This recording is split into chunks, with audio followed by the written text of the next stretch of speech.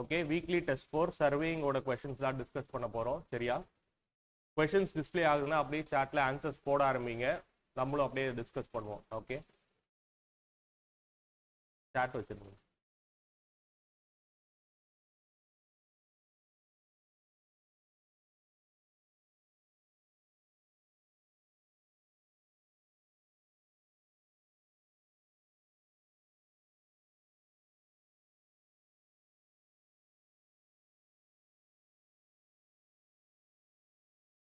S, so first one வந்து plain surveying அப்படின்னா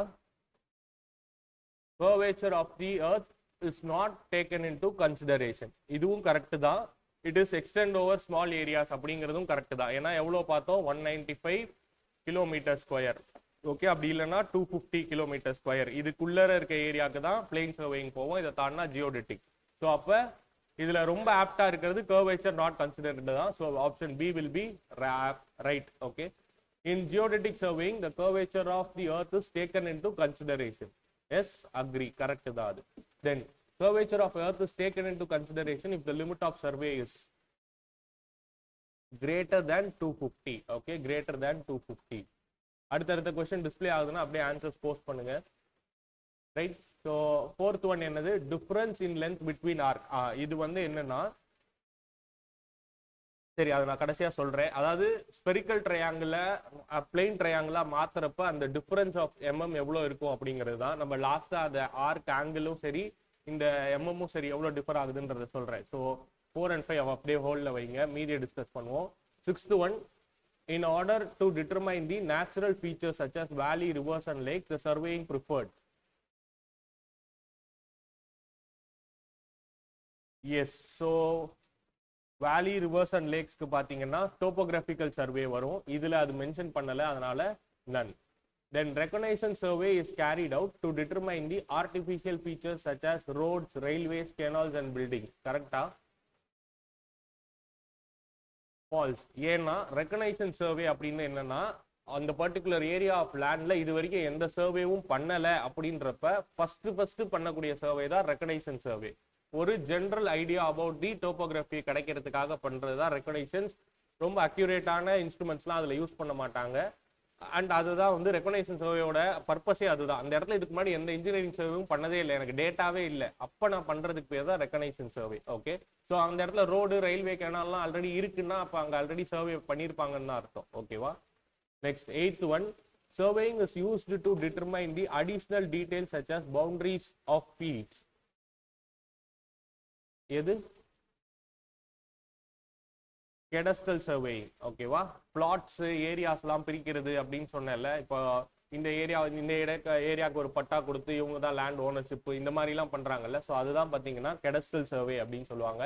பவுண்டரிஸை determine பண்ணுறதுக்கு, even state boundaries, district boundaries, இதெல்லாமுமே it comes under cadastral survey. Okay, then fundamental principle of surveying is to work from whole to part. Okay, இன்னொரு principle என்னது,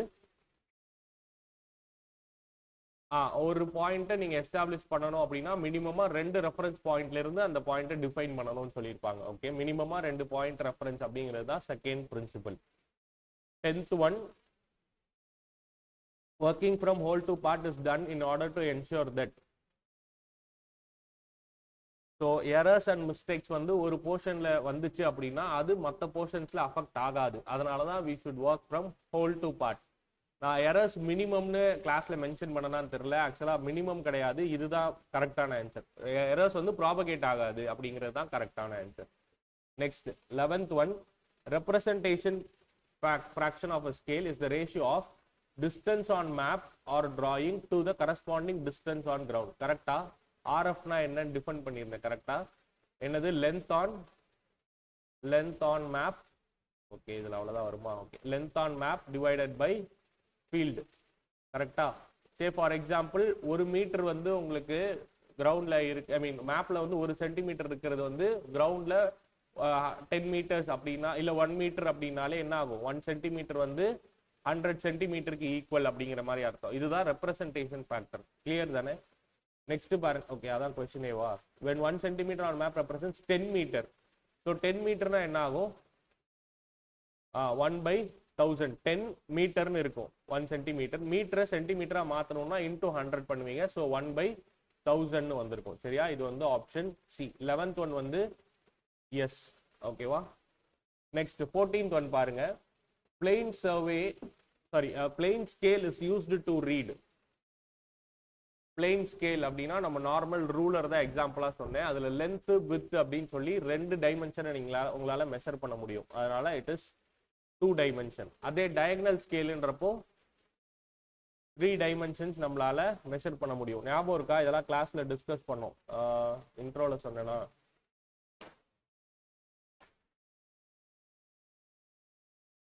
class notes இன்னும் வந்திருக்காது, நான் send பண்றேன்.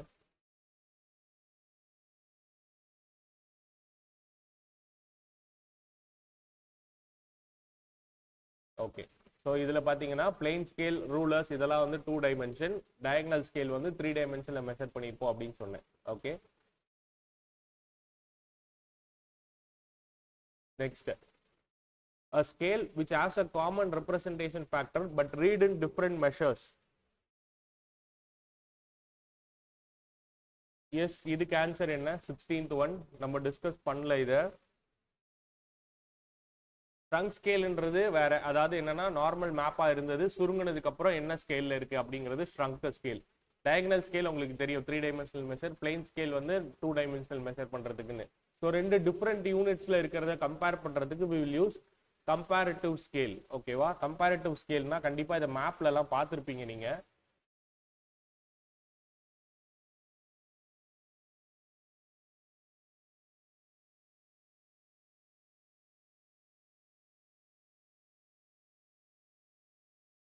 So ஏதாவது மேப்போ இல்லை ஏதாச்சும் இதுவோ இது வாங்குறீங்க அப்படின்னா அதுல கீழே பார்த்தீங்கன்னா இந்த மாதிரி கம்பேரிட்டிவ் ஸ்கேல்ல கொடுத்துருப்பாங்க. அப்படி இல்லைன்னா இதுக்கு பேர் என்னன்னா கிராஃபிக்கல் ஸ்கேல்னு சொல்லுவாங்க.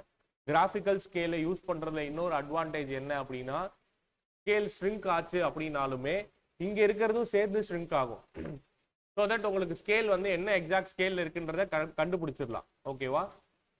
புரியுதா நான் என்ன சொல்றேன்னு? அதாவது ஸ்கேலை வந்து நம்பர்ஸ்ல ஏதாவது 1/1000 அப்படின்னு ரெஃப்ராக்டிவ் ஃபிராக்ஷன் ரெப்ரசன்டேஷன் ஃபேக்டராவோ, இல்ல ஃபீல்ட்ல இருக்கிறது 1 சென்டி மேப்ல இருக்க 1 சென்டிமீட்டர், ஃபீல்ட்ல இருக்க 10 மீட்டர்னு கொடுத்தா அது என்ன ஸ்கேலு?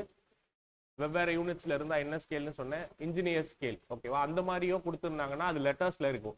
அது உங்களோட மேப் சுருங்குறப்ப நீங்க போயிட்டு 1 சென்டிமீட்டர் மெஷர் பண்ற இடத்துல 0.9 இருக்கும். அப்போ ஃபீல்ட்ல வந்து 9 மீட்டர் தான் இருக்குன்னு நீங்க நினைச்சுப்பீங்க.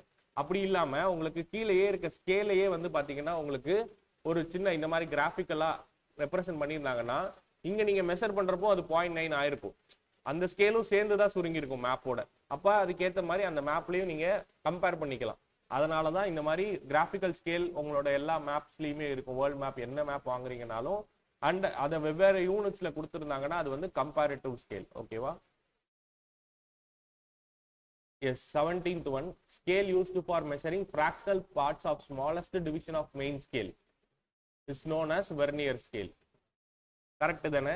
மெயின் ஸ்கேல்ல 1 mm அப்படின்னா அந்த 1 mm குள்ளார மெயின் ஸ்கேலோட லீஸ்ட் மெஷர்மெண்ட் 1 mm ப்ரிசிஷன். அந்த 1 mm குள்ளார வேணும் எனக்கு பாயிண்ட் என்ன mm அப்படின்ற மாதிரி வேணும் அப்படின்னா then I will go for vernier scale. அப்போதான் ரைட், அதுதான் கொடுத்துருக்காங்க. So it is right. Next, direct வெர்னியர்ல smallest division of vernier is dash than the smallest division on primary scale. அதாவது வெர்னியர் ஸ்கேல் டிவிஷனையும் பிரைமரி ஸ்கேல்னா ஒன்னோட மெயின் ஸ்கேலோட டிவிஷனும் ஒன்னோட ஒன்று எப்படி relate ஆயிருக்கும் டைரக்ட் வெர்னியர்லன்னு கேட்குறாங்க. அகைன் நம்மளோட ஸ்கேல்ஸ் டாபிக்ல இங்க பார்த்தோம்.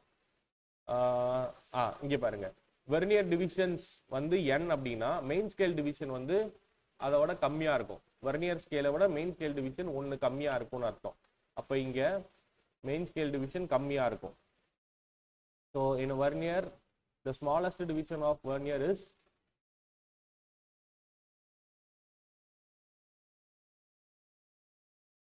கரெக்ட் தானே? அதுதானே கேக்குறாங்க.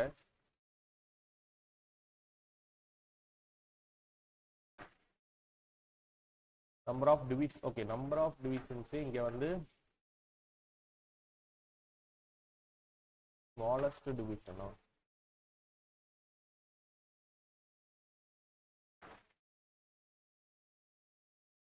smallest division of vernier is shorter than the smallest division on primary scale. Retrograde vernier, smallest division of vernier.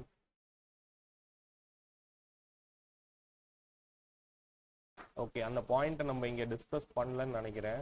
ஓகேவா? ஓகே, வேல்யூன்னு மட்டும் தான் போட்டிருந்தேன். இது ரெண்டுத்துக்கு நடுவில் இருக்க ரிலேஷன் மாதிரி கொடுக்கல. சரியா? ஸோ இந்த ஸ்டேட்மெண்ட்ஸை இன்ஃபரன்ஸ் மாதிரி போட்டு நோட் பண்ணி வச்சுக்கோங்க. ஓகேவா? அந்தந்த ரெஸ்பெக்டிவ் டாபிக்ல. ரைட்? ஸோ 19th ஒன்ல in retrograde vernier the smallest division of vernier is longer than the smallest division of main scale. இங்க நம்பர் ஆஃப் டிவிஷன்ஸ் பேசல, அந்த டிவிஷனோட வேல்யூ பத்தி பேசுறாங்க. சரியா? அது வந்து டைரக்ட் வெர்னியர்ல வெர்னியரஸ்ட் இதுல it will be smallest than shorter than the main scale. அந்த டிவிஷனோட வேல்யூ அந்த நீங்க கண்ணில் பாக்குறது. ஓகேவா? ரெட்ரோகிரேட்ல பாத்தீங்கன்னா அந்த டிவிஷன் வந்து லார்ஜர் தேன் மெயின் ஸ்கேல் இருக்கும். ஓகேவா? புரியுதா என்னன்னு? ரைட்? ஸோ இந்த 18, 19 பாயிண்ட்டை நோட் பண்ணி வச்சுக்கோங்க.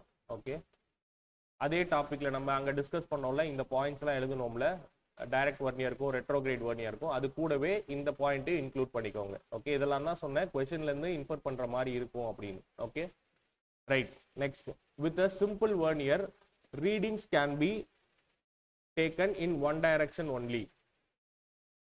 கரெக்டா? சிம்பிள் வெர்னியர்ல சிம்பிள் வெர்னியர், டபுள் வெர்னியர்லாம் பார்த்துருப்போம். சிம்பிள் வெர்னியர் அப்படின்னா உங்களுக்கு டிவிஷன்ஸ் வந்து மேலே மட்டும்தான் இருக்கும். ஓகேவா? ஒரு டைரக்ஷன்ல தான் நீங்க அந்த இதை எடுக்க முடியும். அதே டபுள் வெர்னியர்னா மேலேயும் டிவிஷன்ஸ் இருக்கும். மேலே வந்து 1 to இன்க்ரீசிங்ல இருக்கும், கீழே வந்து பாத்தீங்கன்னா அதே மாதிரி 1 2ன்னு கீழேயும் இருக்கும். ஸோ உங்களால ரெண்டு டைரக்ஷன்லயுமே பார்க்க முடியும். அது வந்து டபுள் வெர்னியர். சிம்பிள் வெர்னியர்ல ஒன் டைரக்ஷன்ல மட்டும்தான் we can take the readings. Okay, next, axis of bubble tube. Okay, theodolite la irundha question. Axis of bubble tube in theodolite must be perpendicular to vertical axis. Correct தானே? Yes, true. ஞாபகம் இருக்கா? ஆக்சிஸ்லாம் படிச்சோம் தியோடலைட்ல. So இதுதான் தியோடலைட்ல இருக்கக்கூடிய ஆக்சிஸ்லாம். Okay, இதுல vertical axis அப்படிங்கிறது பியூர்லி வெர்டிக்கல், ஒரே ஒரு ஆக்சிஸ் தான் இந்த பிளேன்ல இருக்கும்.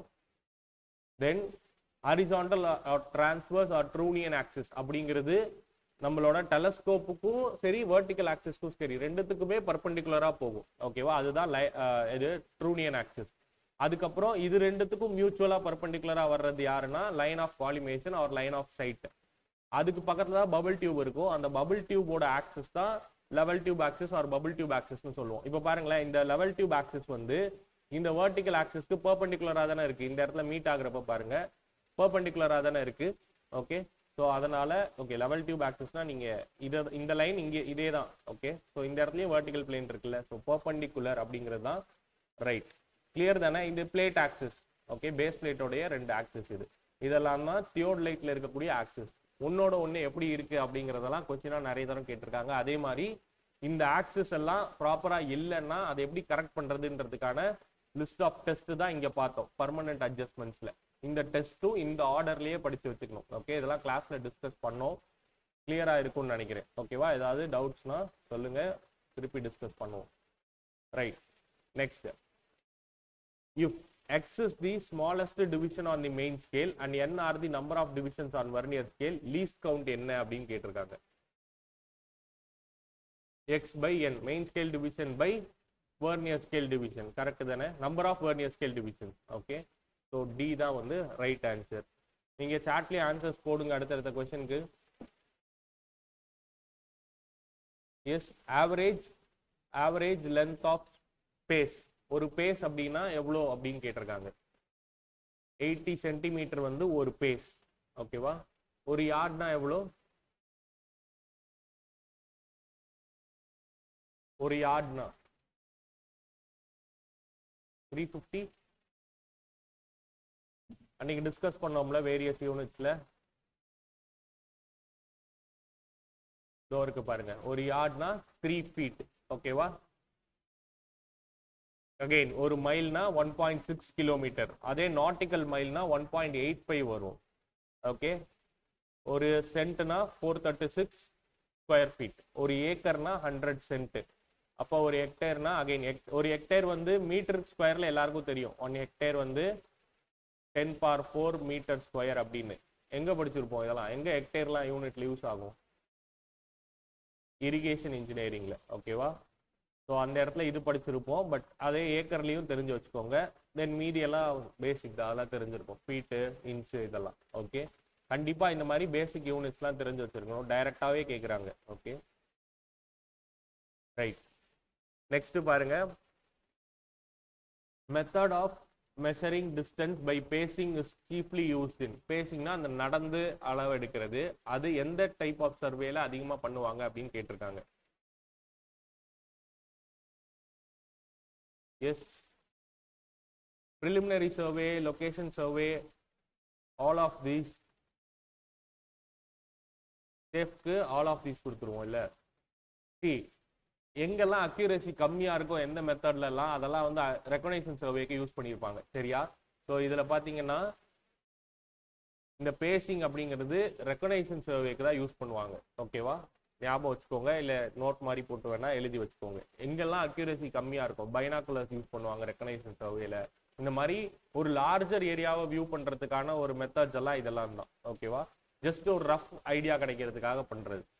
Next, metallic tape is made of and alloy of nickel and steel. Yes, 25 ட்ரூவா? யார் அது? நித்யாவா? அப்படியா? மெட்டாலிக் டேப்பா alloy of nickel and steel? Metallic டேப்ல ஆக்சுவலா ஸ்டீல் யூஸ் பண்ணியிருப்பாங்க. ஸ்டீல் பேண்ட்ஸ் இருக்கும். அதுல என்ன பண்ணியிருப்பாங்கன்னா பிராஸ்ல ஸ்டட்ஸ் வச்சிருப்பாங்க. ஓகேவா? எவ்ரி மீட்டருக்கு அது வந்து பிராஸ் ஸ்டட். ஆனா ஃபுல் மெட்டீரியல் பாத்தீங்கன்னா உங்களுக்கு என்னது? ஸ்டீல் தான் அது மெட்டாலிக் டேப்ல. அதே இன்வார் டேப்ல தான் உங்களுக்கு நிக்கல் அண்ட் ஸ்டீல் இருக்கும். ஓகேவா? ரைட். ஸோ இது வந்து ஃபால்ஸ். 26 பாருங்க, invar tape is generally used for accurate measurement of distance because it possesses yes low-வா நோவா? லோ. சரியா? கோஎஃபிஷியன்ட் ஆஃப் thermal expansion எல்லா மெட்டீரியலுக்கும் ஏதோ ஒரு வேல்யூ இருக்கும். It cannot be 0. கரெக்டா? எனி மெட்டீரியல் ஹீட் பண்ணீங்கன்னா எக்ஸ்பேண்ட் ஆக தான் செய்யும். பட் அது கம்பேரிட்டிவ்லி கம்மியா இருக்கும் இன்வார் டேப்ல. அதுக்கு ரீசன் என்னன்னா நிக்கல் அண்ட் ஸ்டீல். எவ்வளவு பர்சன்டேஜ்ல? நிக்கல் எவ்வளோ? 36%, ஸ்டீல் வந்து 64% இருக்கும். சரியா? இந்த பர்சன்டேஜும் நிறைய தடவை क्वेश्चनல கேக்குறாங்க. Okay, next, the instrument attached to the wheel of a vehicle in order to measure the distance traveled. என்னது? ஸ்பீடோமீட்டரா?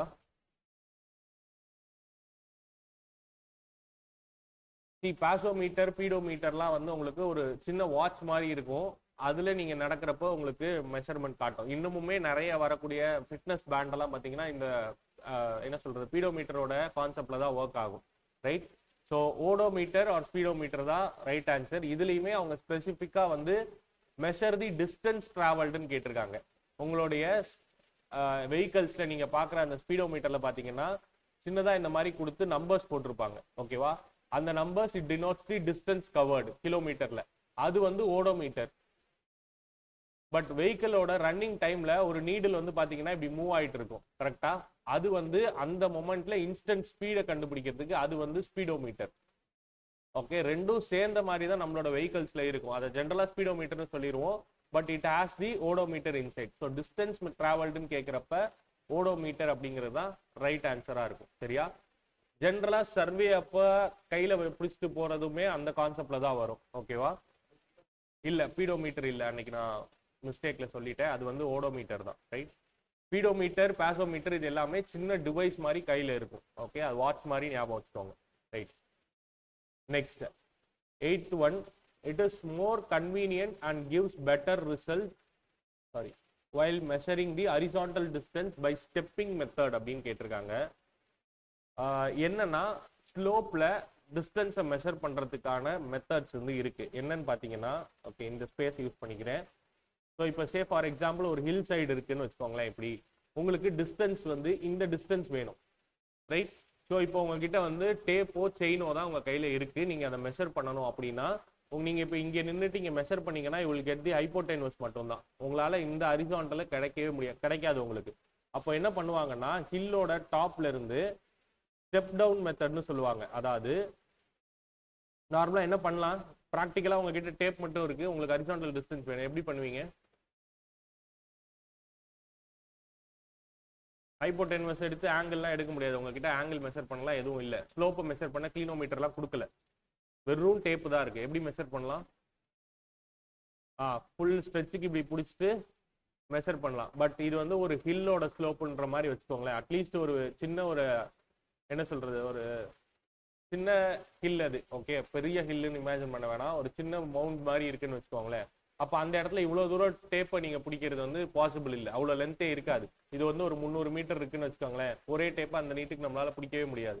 அப்போ என்ன பண்ணுவாங்கன்னா நீங்கள் சொன்னதே தான், பட் டேப்போட லென்த்துக்கு பிடிப்பாங்க. இங்கே ஒருத்தர் நின்றுட்டு இங்கேருந்து இந்த ஹைட்டுக்கு டேப், அதுக்கப்புறம் இந்த பாயிண்ட்டை கிரவுண்ட் பண்ணிட்டு திருப்பி அவர் அடுத்த இங்கேருந்து டேப்பை பிடிச்சிட்டு இங்கே கிரவுண்ட் பண்ணுவார். அகைன் டேப்பை இங்கே பிடிச்சிட்டு ஐ மீன் இந்த பாயிண்ட்ல பிடிச்சிட்டு இப்படி கிரவுண்ட் பண்ணுவார்.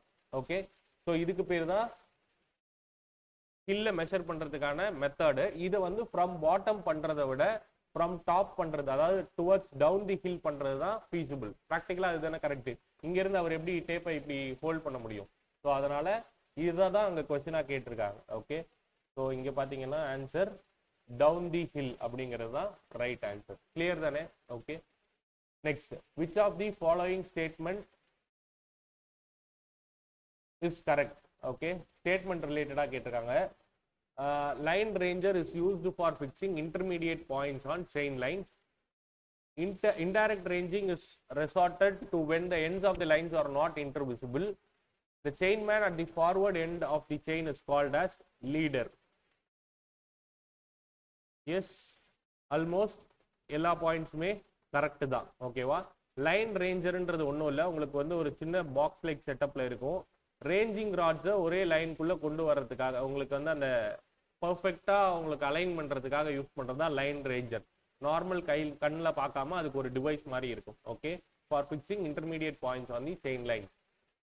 மீதி எல்லாமே ரைட் ஆன்சர். உங்களுக்கே தெரியும், செயின்ல ஃபார்வர்ட்ல இப்போ செயின் இப்படி பிடிச்சிட்டு போறாங்கன்னா செயின்ல ஃபார்வர்ட்ல இருக்கவர்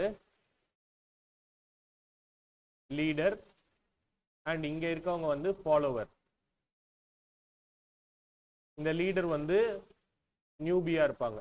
ஓகே, இது இங்க ஃபாலோவரா இருக்கவங்க எக்ஸ்பீரியன்ஸ்டா இருப்பாங்க. ஓகேவா? இதெல்லாமும் கொஸ்டின்ல வந்திருக்கு. அண்ட் என்ன பண்ணுவாங்கன்னா, இவரு ஒரு செயின் லைன் மெஷர்மெண்ட் பண்ணதும் இவர் கையில இருக்க ஆரோவை இங்க பிளேஸ் பண்ணிட்டு போவாரு.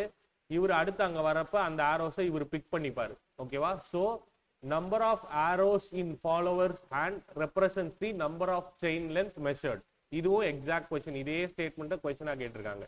திருப்பி சொல்றேன், number of arrows in follower's hand represents number of chain length measured. ஓகேவா? நெக்ஸ்ட், ஸ்லோப்புக்கான formula. Slope correction to be applied to each 30 meter chain for a line measured along the slope. Okay, slope வந்து a அப்படின்னு கொடுத்துருந்தாங்கன்னா length of chain வந்து l. ஞாபகம் இருக்கா? Slope கரெக்ஷனோட formula இங்க கொடுத்துருந்தோம் எங்க செயினிங்ல. ஸ்லோப் கரெக்ஷன் ஃபார் ஸ்லோப்ல இங்க மென்ஷன் பண்ணிருந்தேன்.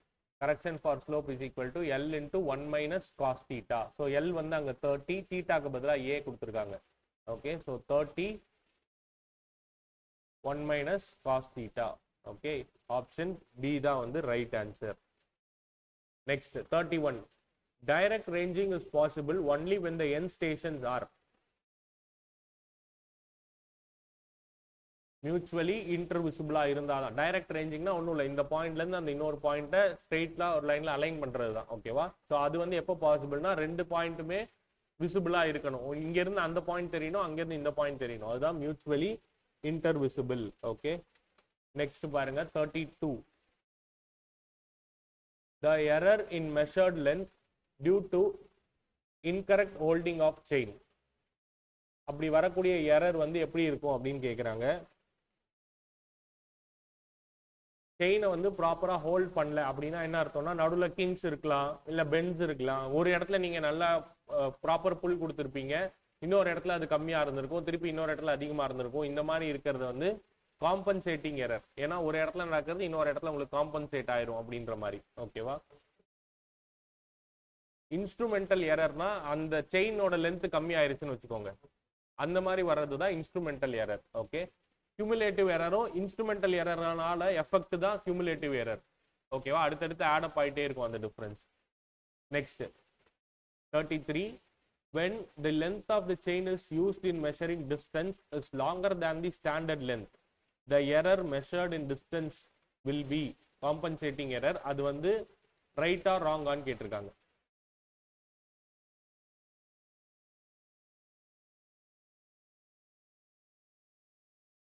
எஸ், இங்க 33க்கு ஆன்சர் அபிஷேக் சொல்லுங்க.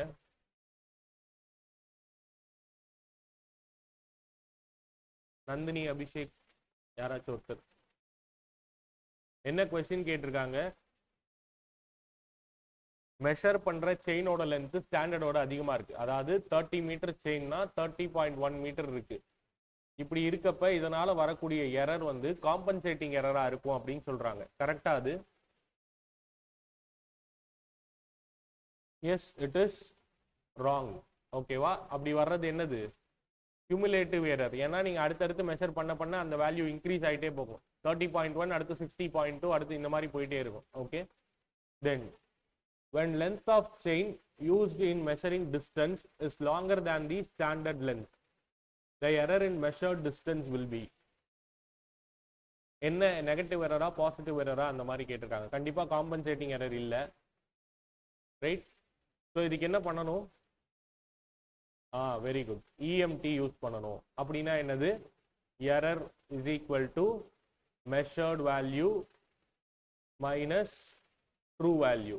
ஓகேவா, இப்போ பாருங்களேன், when the length of chain used in measuring distance is longer than standard, say for example நான் வந்து ஸ்டாண்டர்ட் வந்து 30 மீட்டர், ஓகேவா, மெஷர்டு வந்து என்ன கொடுத்துருக்காங்க? லாங்கர்னு கொடுத்துருக்காங்களா? மெஷர்டு வந்து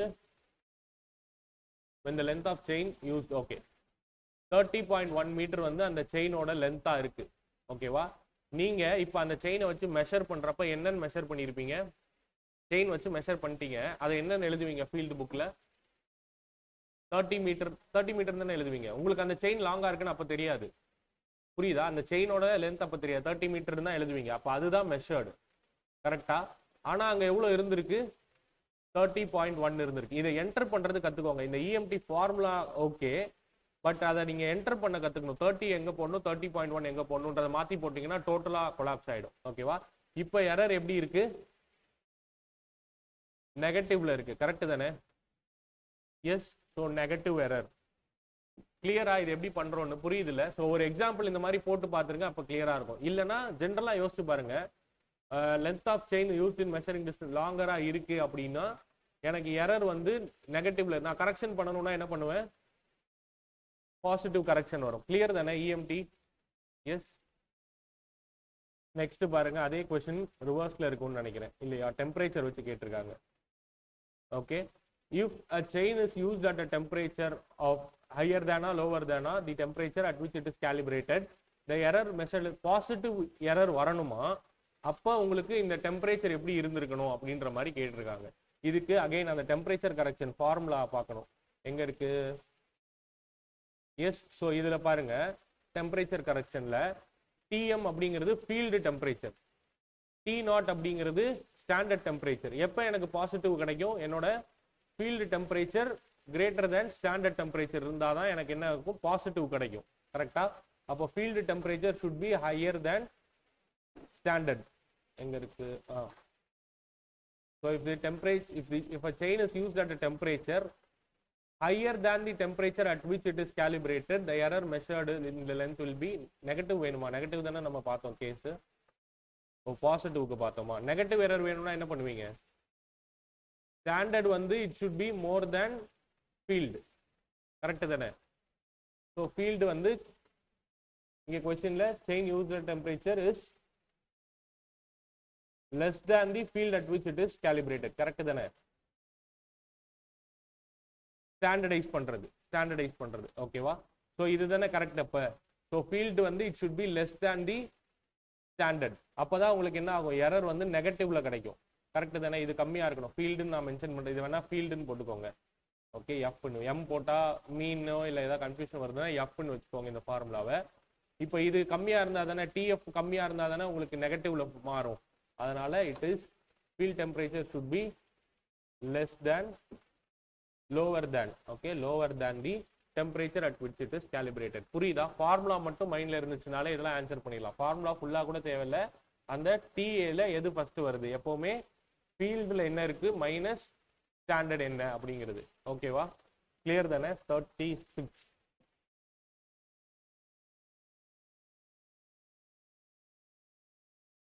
கீழே தப்பா இருக்கா?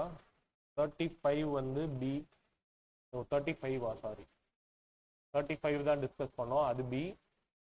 36 வந்து அதோட ஆப்போசிட் கேஸ் கேட்டிருப்பாங்க. செக் பண்ணுவோமா அதையும்?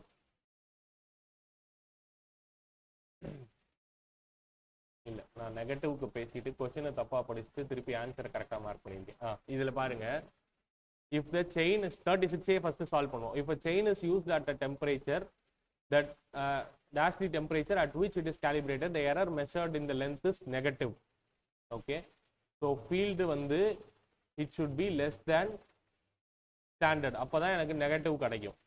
so if a chain used at temperature is less than the temperature at which it is calibrated, the error is negative. fine. என்ன தப்புனா, இங்க நம்ம எழுதி இருக்க ஃபார்முலா வந்து கரெக்ஷனுக்கானது.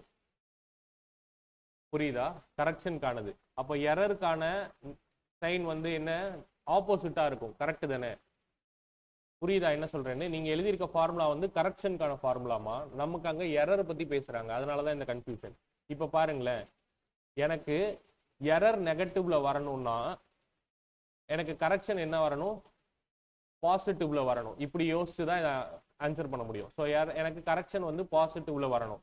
கரெக்ஷன் பாசிட்டிவ்ல வரணும்னா எனக்கு என்ன ஆகணும், TF should be greater than T0. Correct தானே? அப்பதான் எனக்கு கரெக்ஷன் பாசிட்டிவ்ல வரணும். இதை தான் இப்போ நீங்க இங்க ஆன்சரா எழுதணும். Okay, if a chain is used at a temperature, it should be higher than the temperature at which it is calibrated, the error measured in the length is negative. clear-ஆ? புரியுதுல்ல? ரைட். இங்க டவுட் யாராவது இருக்கா சாட்ல? ஏதாவது டவுட்னா கேளுங்க, திருப்பி explain பண்றேன். ஃபார்முலா கரெக்ஷனுக்கு இருக்கு. ஓகே, கரெக்ஷனுக்கான ஃபார்முலால தான் நமக்கு என்னது, ஃபீல்டு டெம்பரேச்சர் மைனஸ் ஸ்டாண்டர்ட் டெம்பரேச்சர்னு இருக்கு. ஓகேவா? அப்போ நமக்கு இப்ப கரெக்ஷன் வந்து, கரெக்ஷனை பத்தி அவங்க பேசல, எரரை பத்தி பேசுறாங்க. எரர் நெகட்டிவ்னா சாரி, எரர் நெகட்டிவ்ல வேணும்னா எனக்கு கரெக்ஷன் பாசிட்டிவ்ல இருக்குன்னு அர்த்தம். அப்ப கரெக்ஷன் பாசிட்டிவ்ல வரணும்னா இந்த ஃபார்முலால எப்ப பாசிட்டிவ் ஆகும், when the field temperature is greater than the standard temperature. அதுதான் கொடுத்திருக்காங்க. chain used at a temperature higher than the standard, அதுதான் அந்த அர்த்தம். calibrated-னா ஸ்டாண்டர்ட்னு அர்த்தம். கிளியரா? ரெஸ்பாண்ட் பண்ணுங்க. மீனா, நித்யா, சிவராமன் மெசேஜே நான் பார்த்தது இல்ல, ரெஸ்பாண்ட் பண்ணுங்க. ஓகே, ஸோ இதை வச்சு இப்போ 35க்கு நீங்களே இந்த லாஜிக் யூஸ் பண்ணலாம். அப்படியே நீங்க ரஃபா எழுதுங்க, ஒரு தடவை எழுதுனீங்கன்னா மைண்ட்ல அப்படியே நின்றோம். இப்போ நான் எழுதுனேன்ல, இந்த எரரு கரெக்ஷன் ஃபார்முலால என்ன பண்ணணும், எது கிரேட்டரா இருக்கணும், இந்த 4 ஸ்டெப் அப்படியே ஒரு தடவை எழுதுங்க. அதை வச்சு இந்த 35 சால்வ் பண்ணி ஆன்சர் சொல்லுங்க.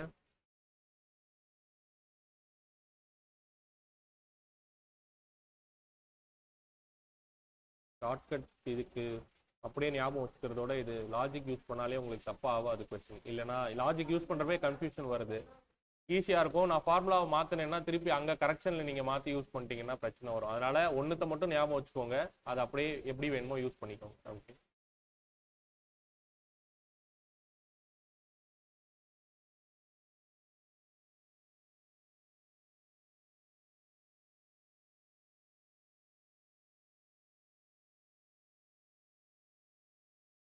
இந்த டேப் கரெக்ஷன்ஸ்ல இருக்கிறது சாகா இருக்கட்டும், அப்புறம் இந்த டெம்பரேச்சர் கரெக்ஷன், புல்லுக்கான கரெக்ஷன், தென் நார்மல் புல் எப்படி அட்டைன் பண்றீங்க, இதெல்லாம் ரொம்ப ரொம்ப இம்பார்ட்டன்ட். ஸ்லோப் கரெக்ஷனுக்கு இருக்கக்கூடிய ஃபார்முலாஸ், அதுல ஒரு 3 ஃபார்முலா வரும். ஹைட் அண்ட் லென்த் வச்சிருக்கோம், ஆங்கிள் வச்சிருக்கோம். ஆங்கிள் வச்சே 2 மாதிரி வரும், காஸ் யூஸ் பண்ணி சைன் யூஸ் பண்ணி. இந்த 3த்தையும் படிச்சு வச்சுக்கோங்க. ஓகேவா? எதை பத்தி பேசுறேன்னா இந்த ஸ்லைட்ல இந்த ஸ்லோப் கரெக்ஷன்ல இருக்கக்கூடிய இந்த 3த்தை பேசுறேன். இதை மாத்தி மாத்தி கொஸ்டின்ல கேட்டே இருக்காங்க. அகைன் இந்த புல் கரெக்ஷன், இது சாகுக்கு, இந்த புல் கரெக்ஷனுக்கான ஃபார்முலா, டெம்பரேச்சர் கரெக்ஷனுக்கான ஃபார்முலா, கரெக்டாக எது எது என்னென்ன டேர்ம் எது எது சப்ஸ்டியூட் பண்ணணும் அப்படிங்கிறத கிளியராக தெரிஞ்சு வச்சுக்கோங்க. கொஸ்டின் ரிப்பீட்டடாக செயின் டாபிக்னாலே இந்த கொஸ்டின்ஸ் தான் வரும் இந்த ஏரியாஸ்லேருந்து. ஓகே, ஸோ 35 ஆன்சர் என்ன வரும் அப்போ? Lower than. Okay, option B வந்து கரெக்டாக இருக்கும். அகைன் அதே லாஜிக் படி எழுதுனீங்கன்னா உங்களுக்கு எரர் வந்து எனக்கு பாசிட்டிவ்ல வேணும். அப்போ கரெக்ஷன் வந்து நெகட்டிவ். நான் ஞாபகம் வச்சுக்கிற ஃபார்முலா கரெக்ஷனுக்கு தான். அது என்னன்னா எனக்கு ஃபீல்டு டெம்பரேச்சர் மைனஸ் ஸ்டாண்டர்ட் டெம்பரேச்சர்னு வரும். இதில் எனக்கு இப்போ நெகட்டிவ் வரணும். எப்போ நெகட்டிவ் வரும்? என்னுடைய டிஎஃப் வந்து லெஸ் தேன் T0 இருந்துச்சுன்னா தான் வரும். So field temperature should be lower than the calibrated or standard temperature. Clear தானே? Okay. Next 37 பாருங்க. Error measured in length due to sag of chain or tape is known as. Again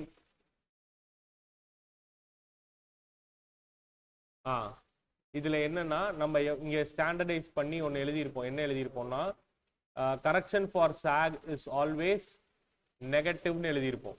ஓகேவா? அவங்க கொஸ்டின்ல கேட்டிருக்கிறது correction இல்லை, என்ன கேட்டிருக்காங்க?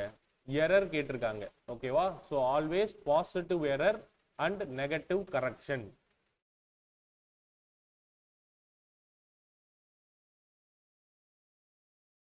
Right. So நம்ம கிளாஸ்ல பார்த்த அதே விஷயம் தான், கொஞ்சம் அதே கான்செப்டை வெவ்வேறு பெர்ஸ்பெக்டிவ்ல உங்களுக்கு கொஸ்டினா கேட்குறாங்க. புரியுதா? ஸோ படிக்கிறப்ப அந்த ஃப்ளோல படிச்சுக்கோங்க. ஒரு டாப்பிக்கே நம்ம 4-5 பெர்ஸ்பெக்டிவ்ல படிக்கணும்னா டைம் இன்க்ரீஸ் ஆகும். ஸோ ஒரு பெர்ஸ்பெக்டிவ்ல படிச்சுக்கோங்க. கொஸ்டின் வர்றப்ப அதை வேற பெர்ஸ்பெக்டிவ்ல இருந்து யோசிக்கிறதுக்கு கத்துக்கோங்க. அதுதான் ஈஸி மெத்தட் ஆஃப் லேர்னிங். நீங்க படிக்கிறப்பவே இப்போ வந்து கரெக்ஷனுக்கு இது ஃபார்முலா, எரருக்கு இது ஃபார்முலா, சாக் இஸ் ஆல்வேஸ் என்ன சொல்றது negative correction, sag is always positive error, இப்படின்னு ஸ்டேட்மெண்ட்ஸா நிறைய படிக்காம ஒரு கான்செப்டை கிளியரா படிச்சுட்டே வாங்க. அதை வச்சுட்டு கொஸ்டின் வரப்ப அதை இன்னொன்னா மாத்த கத்துக்கோங்க. ஓகேவா? Next 38. when the measured length is less than the actual length, the error is. measured length வந்து ஆக்சுவல் லென்த்தை விட கம்மியா இருக்கு. ஒன்றும் இல்லை, இஎம்டி ஃபார்முலா தான். ஓகேவா? Error is equal to measured வந்து கம்மியா இருக்கான். ஓகேவா? Measured is measured minus true. கரெக்டா? மெஷர்ட் வந்து கம்மியா இருக்கு அப்படின்னா உங்களுக்கு நெகட்டிவ் வரும். ஓகேவா? Negative error.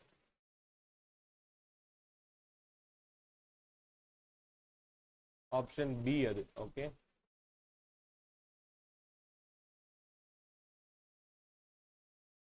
நெக்ஸ்ட் 39 பாருங்க.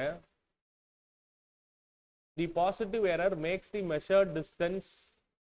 ஓகே, இங்க வந்து ஆக்சுவலா ஒரு கேப் இருக்கு. ஓகேவா?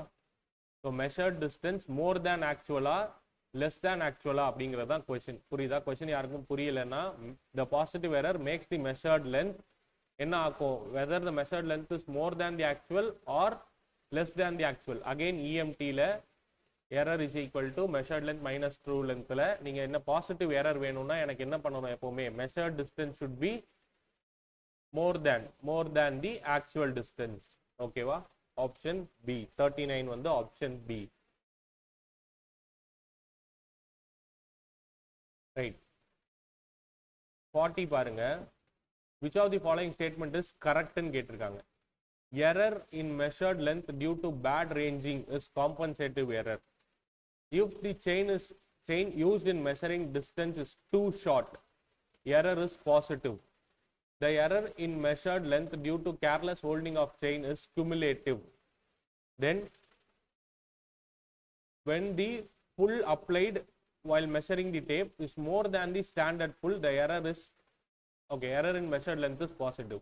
See, இதுல தான் அகைன் அந்த எரரை வந்து படிக்கிறதுக்கு கத்துக்கணும். அகைன் அந்த கரெக்ஷன் ஃபார்முலா வச்சு தான் எல்லாத்தையும் கொண்டு வரணும். இதுல பார்த்த உடனே தப்புன்னு தெரியுது எதுன்னு பாத்தீங்கன்னா இந்த error in measured length due to careless holding of chain வந்து கியூமுலேட்டிவ்னு சொல்லியிருக்காங்க. எப்பவுமே மிஸ்டேக்ஸ், பர்சனல் எரர்ஸ் இதெல்லாம் வந்து பாத்தீங்கன்னா கியூமுலேட்டிவ்ல வராது. ஓகே, ஸோ அது கண்டிப்பா இல்லை. நெக்ஸ்ட் ஃபர்ஸ்ட் பாருங்க. the error in measured length due to bad ranging is compensating. Bad ranging வர்றப்போ உங்களுக்கு அது காம்பன்சேட்டிங் எரரா வராது. ஓகேவா? ஸோ அதுவுமே தப்பு. ஓகே, நெக்ஸ்ட் இஃப் த ஏன்னா அதுவுமே ஒரு மிஸ்டேக் மாதிரி தான் again. Right. Then if the chain used in measuring a distance is too short, the error is positive னு கொடுத்திருக்காங்க. அப்ப என்ன பண்ணலாம்? again அந்த EMT தான் யூஸ் பண்ண போறீங்க. அது கூடவே என்ன பண்ணணும்? the chain used in measuring distance is too short னு கொடுத்திருக்காங்க. அதாவது 30 மீட்டர் செயினை வச்சு நீங்க மெஷர் பண்ணுவீங்க. மெஷர் பண்றப்ப 13 நீங்க எழுதிடுவீங்க ஃபீல்டு புக்ல. அது வந்து மெஷர்ட். ஆனா ஆக்சுவலா அங்க என்ன இருந்திருக்கு? 29 தான் இருந்திருக்கு. டூ ஷார்ட்னா அதான் அர்த்தம். அப்ப இதுதான் ட்ரூ. அப்ப மெஷர்ட் எனக்கு 30, ட்ரூ வந்து 29. அப்ப எனக்கு எரர் எப்படி இருக்கும்? Positive error. கரெக்டா தானே கொடுத்துருக்காங்க. ஸோ இதுதான் கரெக்ட் ஆப்ஷன். இதுலயே சூஸ் பண்ணாலும் ஓகே, இல்ல இதையும் சால்வ் பண்ணிட்டாலும் okay. when the pull applied while measuring a tape is more than the standard pull for tape, the error measured length is positive. அதாவது இதுக்கு என்ன பண்ணணும்? Error positive. அப்படின்னா கரெக்ஷன் நெகட்டிவ். Correction negative. இதை மைண்ட்ல வச்சுட்டு இப்ப கரெக்ஷன் ஃபார் புல் அப்படின்ற டாபிக்கு போகணும். கரெக்ஷன் ஃபார் புல் இங்க இருக்கு பாருங்க. இதுல பாருங்க again pull at field minus pull at standard pull. கரெக்டா? இதே தான் அங்கேயும் நம்ம டெம்பரேச்சருக்கு பண்ணோம். ஸோ இந்த இடத்துல என்ன ஆகுது? புல் அட் ஃபீல்டு மைனஸ் ஸ்டாண்டர்ட் புல். இதுதான் எனக்கு கரெக்ஷனுக்கான ஃபார்முலா. இது எனக்கு நெகட்டிவ்ல வரணும். எப்ப நெகட்டிவ்ல வரும்? PF should be less than P0. So அப்போ இது கரெக்டா இருக்கா பாருங்க. when pull applied while measuring the tape is more than கொடுத்துருக்காங்க. ஆனா நமக்கு லெஸ் தேன் இருந்தாதான் இந்த பாசிட்டிவ் எரர் பாசிபிள். அப்ப இதுவும் தப்பு. ரைட் ஆன்சர் வந்து ஆப்ஷன் பி. கிளியரா? எப்படி எலிமினேட் பண்றேன்னு புரிஞ்சுச்சா? இந்த பேட்டர்ன்லாம் ஞாபகம் வச்சுக்கோங்க. ரைட்? ஸோ தப்பு பண்ணாம இருக்க இந்த மாதிரியான ஒரு பேட்டர்னை ஃபாலோ பண்ணுங்க ஒரு டைப் ஆஃப் கொஸ்டினுக்கு. ஸோ தட் அந்த மிஸ்டேக் வராது. இல்லைன்னா எப்படி தெரியுமா பண்ணணும்? அவங்க சொன்ன மாதிரி எரருக்கு ஃபார்முலா வந்து வர்றப்ப P0 மைனஸ் PF அப்படின்னும், கரெக்ஷனுக்கு வர்றப்ப எப்பவும் போல PF மைனஸ் P0 போட்டு பண்ணணும். இது கன்ஃபியூஸ் பண்ணிடும் உங்களை. அதனால பார்த்துக்கோங்க. இல்லை சார் எனக்கு இது ஓகேனா அப்படியும் படிச்சுக்கோங்க. அது வந்து ஒரு ஸ்டெப் ஸ்கிப் பண்ணி டைரக்டா ஆன்சர் வர மாதிரி இருக்கும். ஓகே, நெக்ஸ்ட் 41 பாருங்க. The correction to the measured length will be negative when the chain held on the ground is sloping upwards. Okay, the correction to the measured length will be negative. Slope correction கொடுத்திருக்காங்க. ஓகேவா? Slope correction வந்து நெகட்டிவ்னு சொல்றாங்க. when the chain held on the ground sloping upwards. So இது வந்து என்னன்னா இந்த slope கரெக்ஷன்ல formula use பண்ணலாம்னா okay.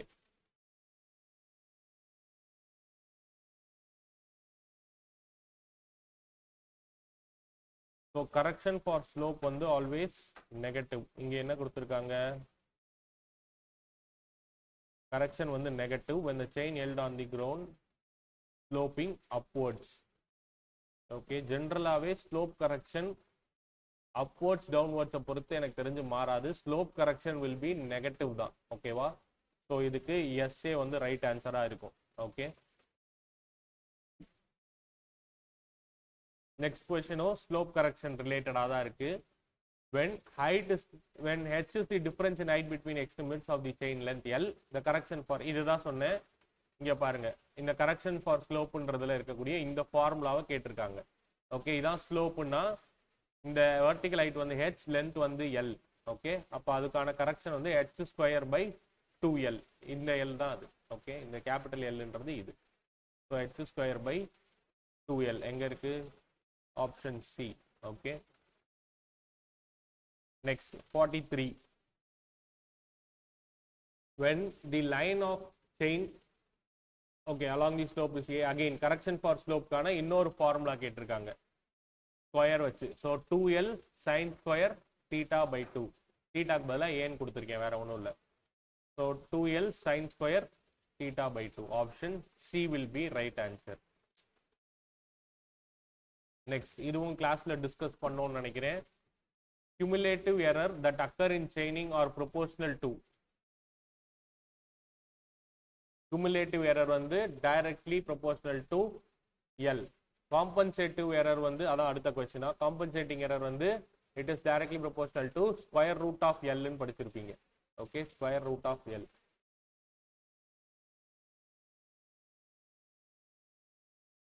next, when the tape actually இது எல்லாமே divided by ல வரும். சரியா? Right. when the tape of length L கொடுத்துட்டாங்க, W வந்து அதோட weight கொடுத்துட்டாங்க, புல் என்ன கொடுத்துருக்காங்கன்றதும் சொல்லியாச்சு. sag கரெக்ஷனுக்கான ஃபார்முலா கேட்டிருக்காங்க. ஓகேவா? Again direct formula. இங்க நம்ம படிச்சதுல என்ன ஃபார்மேட்ல கொடுத்துருக்காங்கன்னு பாருங்க. ரெண்டு ஃபார்மேட்லயுமே இல்லையா? LW ஸ்கொயர்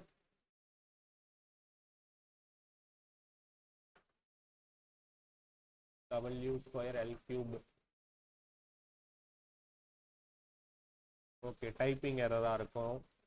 46 24 n கொடுக்கல, நம்பர் ஆஃப் பேஸ் நெக்லெக்ட் பண்ணிட்டாங்க. ஸோ nன்ற காம்பனன்ட் உள்ள வரல. ஓகேவா? ஒரே ஒரு பே தான் அர்த்தம். என்னன்னா என்னன்னா எத்தனை டைம் அந்த டேப், எத்தனை டேப் லென்த் நீங்க மெஷர் பண்றீங்கன்றதுதான் ஏ. ஒரே ஒரு டேப் லென்த்ல அந்த n வந்து 1 ஆயிடும். அதனால ஃபார்முலால n வராம இருக்கலாம். இதுல டைப்பிங் எரர். இது ஆக்சுவலா என்னது? WL L கியூப்னு இருக்கணும். கரெக்டா? W ஸ்கொயர் L கியூப்னு இருக்கணும். W ஸ்கொயர் இருக்கு, இது வந்து L கியூப்னு வரணும். ஓகேவா? 24 P ஸ்கொயர் N ஸ்கொயர்னு இருக்கும். N 1 ஆயிடுச்சுன்றதுனால அது வரல. ஆப்ஷன் பி தான் இதுக்கு right answer. Direct formula. Okay,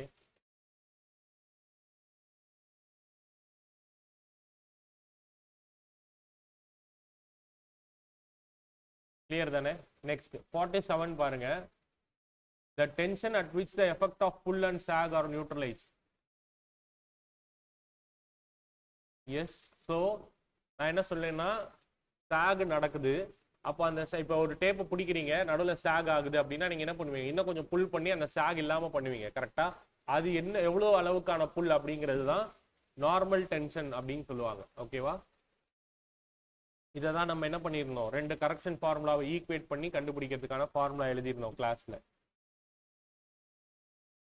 இங்க பாருங்க, நார்மல் புல்லுக்கு என்ன பண்ணியிருந்தேன்னா, என்னுடைய கரெக்ஷன் ஃபார் சாகுக்கும் கரெக்ஷன் ஃபார் புல்லையும் ஈக்குவேட் பண்ணி எனக்கு இந்த இடத்துல என்ன புல் வேல்யூ வருதோ அதுதான் நார்மல் புல் அப்படின்னு சொல்லியிருந்தேன். ஆர் நார்மல் டென்ஷன் அப்படின்னு சொல்லுவாங்க. ஓகே, நெக்ஸ்ட் 48 பாருங்க. When a chain of designated length L and actual length L dash is used for measuring the true length. Okay, it is used for measuring a line and the true length கான formula என்னன்னு கேட்டிருக்காங்க. இதுவும் கிளாஸ்ல discuss பண்ணோம். எப்பவுமே true length வந்து, அதாவது true length of line,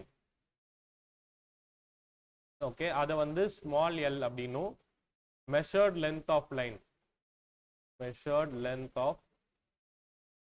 line அப்படிங்கிறத எல் டேஷ் அப்படின்னு வச்சுக்கோங்கன்னு. தென் என்ன சொல்லியிருந்தேன்? ட்ரூ லென்த்ன்றதோட இன்னும் நாமினல் லென்த்னு யூஸ் பண்ணியிருந்தோம் term. Nominal length of tape அதை வந்து கேபிட்டல் எல் அப்படின்னும், ஆக்சுவல் லென்த் ஆஃப் டேப்பை வந்து எல் டேஷ்னு வச்சுக்க சொல்லியிருந்தேன். ஞாபகம் இருக்கா? இதுல நாமினல் லென்த்தோ டிசிக்னேட்டட் லென்த்தோ இட் மீன்ஸ் தி சேம். அதாவது 30 மீட்டர் 20 மீட்டர் அப்படின்னு அந்த டேப்பை சொல்றோம்ல, அதுதான் nominal length of the tape. ஆனா டேப் வந்து சம்டைம்ஸ் எக்ஸ்பேண்டோ இல்ல கான்ட்ராக்டோ ஆயிருக்கலாம், அதை விட்டு. அதுதான் ஆக்சுவல் லென்த் ஆஃப் டேப். இப்போ இந்த true length of the line அப்படின்றது என்னத்தை குறிக்குதுன்னா, நீங்க 300 மீட்டருக்கு ஒரு லைனை மெஷர் பண்றீங்கன்னா அந்த 300 மீட்டர்ன்றது தான் அந்த இது. ஓகே, ஸோ இது இப்போ என்ன வேல்யூஸ்ல இருக்குன்னு பார்த்துக்கோங்க. ஸ்மால் எல் வேல்யூஸ்லாம் அந்த ஃபுல் லைனோட லென்த் மெஷர்மெண்ட், கேபிட்டல் எல்லாம் அந்த டேப்போட லென்த்தோட மெஷர்மெண்ட். இப்போ பாருங்களேன், ஃபார்முலா எப்படி வருதுன்னா, true length of the line is equal to measured length of the line into, எப்பவுமே என்ன சொல்லியிருந்தேன், டினாமினேட்டர்ல வர வேல்யூ ரவுண்டட் வேல்யூவா இருக்கும்னு சொன்னேன், 20 13. அப்போ என்ன பண்ணணும்? கேபிட்டல் எல்ல டினாமினேட்டர்லையும் எல் டேஷ் நியூமரேட்டர்லையும் போட்டோம். இதான் ஃபார்முலா, இதை தான் அங்கே கேட்டிருக்காங்க. ஸோ மெஷர்ட் லென்த் ஆஃப் லைன்னு அர்த்தம் இது. ஓகே, இதுவும் ஆஃப் லைன் எல்லாத்துக்குமே ரைட். அப்போ என்ன வரும் ஃபார்முலால? Option B, L dash by L into measured length of the line. கிளியரா? இல்லைன்னா இதோட ஆக்சுவல் கம்பேரிசன் என்னன்னா, measured length of the line into nominal length of the tape. Sorry, இது measured length இல்ல, true length of the line into nominal length of the tape is equal to measured length of the line into இது வந்து actual length of tape. இந்த மாதிரியும் இந்த ஃபார்முலாவை ஞாபகம் வச்சுக்கிறதுனாலும் okay, இல்லை இப்படியே எனக்கு ஓகேனாலும் ரைட். ஓகேவா? Next 49. The longest of the chain lines used in making survey is generally regarded as baseline. Yes. So first classல introductionல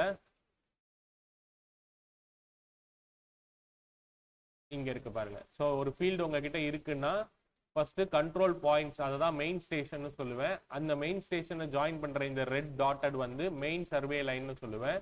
அதுலேயே எது லாங்கஸ்ட் ரெட் லைனா இருக்கோ அதை வந்து பேஸ் லைன்னு சொல்லுவேன்னு சொல்லியிருந்தேன். ஓகேவா? ஸோ அதுதான் இங்க கேட்டிருக்காங்க. இட் இஸ் இங்க இருக்கு தான் ட்ரூ. ஓகே, ஐ அக்ரி அப்படின்றது தான் answer. Right. Next, line joining the apex of the triangle to some fixed point on the opposite side is called as அப்படின்னு கேட்டிருக்காங்க. ரெண்டு மெயின் ஸ்டேஷனை கனெக்ட் பண்ணுச்சுன்னா அது வந்து உங்களுக்கு மெயின் சர்வே லைன். அதே அதுக்கு நடுவில் வர்றதெல்லாம் வந்து சப்சிடரி ஸ்டேஷன் சொல்லுவோம். ஓகேவா? இது மெயின் ஸ்டேஷன், டாட்டா வைக்கிறது சப்சிடரி ஸ்டேஷன். அப்போ இந்த சப்சிடரி ஸ்டேஷனை கனெக்ட் பண்றது வந்து டை லைன்னு சொல்லுவோம். ஓகேவா?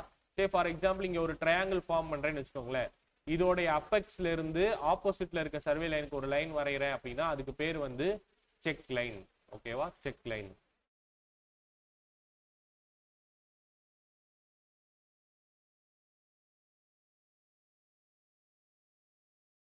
நெக்ஸ்ட் பாருங்க, line joining some fixed points on main survey line is called as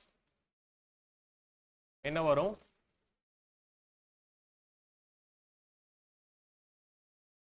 Line joining some fixed points on main survey line.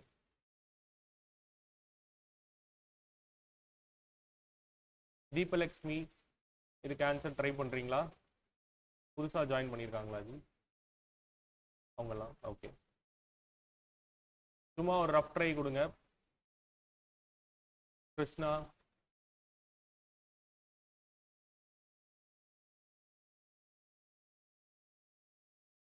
என்ன ஆன்சர்னாலும் ஓகே, எனக்கு ரெஸ்பான்ஸ் வேணும்.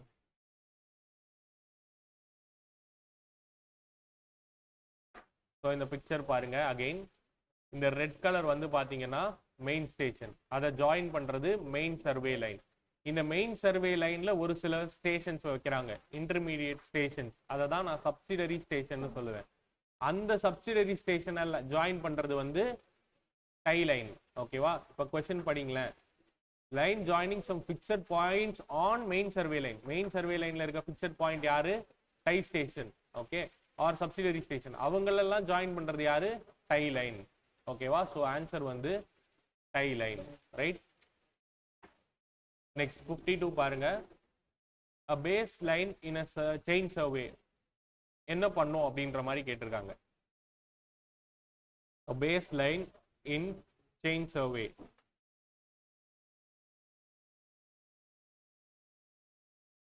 checks the accuracy of framework, enables surveyor to locate the interior details which are far away from main chain line, then fixes up the directions of all other lines. All the above.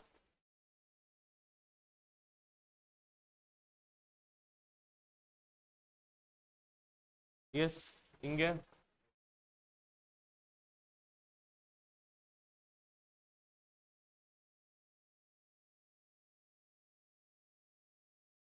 கவனிங்க. இது ஒன்று ஒரு லைனோடைய purpose. ஓகேவா? நம்ம அந்த line என்னென்ன positions, அது எது கனெக்ட் பண்ணுன்றதான் பேசியிருந்தோம். லைனோட பர்பஸ் அப்படின்றது இதெல்லாம் தான். Fixes up all the direction of other lines அப்படிங்கிறது பேஸ் லைனோடைய பர்பஸ். நெக்ஸ்ட், செக்ஸ் தி அக்யூரசினாலே அதுலயே உங்களுக்கு மீனிங் இருக்கு. It means the check line. ஓகேவா? அதோடைய வேலை அதுதான். Enable surveyor to locate the interior டீடைல்ஸ்னா உங்களுக்கு பெரிய சர்வே கிரிட் இருக்கப்ப மெயின் லைன் 2-3 தான் ரன் ஆகும். ஏன்னா உங்களுக்கு இதான் கண்ட்ரோல் பாயிண்ட்ஸ்ன்றப்ப மெயின் ஸ்டேஷன் இவ்வளவுதான் இருக்கும். அப்போ நடுவில் இங்கே எனக்கு ஒரு பாயிண்ட் வேணும்னா நான் வந்து அங்கே ஒரு சப்சிடரி ஸ்டேஷன் போட்டிருந்தேன் அப்படின்னா அங்கே ஒரு டை லைன் வந்திருந்ததுன்னா அதுல இருந்து இதை ஈஸியாக லொக்கேட் பண்ணிடுவேன்.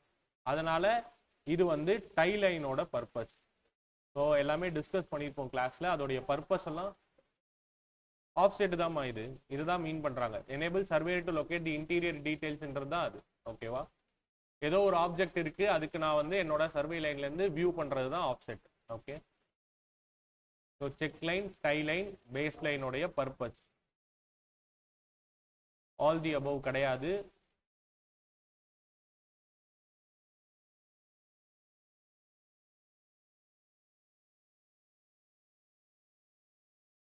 நெக்ஸ்ட் பிளம்பாபோட பர்பஸ் என்னன்னு கேட்டிருக்காங்க. Measuring distances along the slopes in a hilly country for accurate centring of theodolite over station mark for testing the verticality of the ranging poles. வேற எதுக்கும் பிளம்பாப் யூஸ் பண்ண மாட்டாங்களா?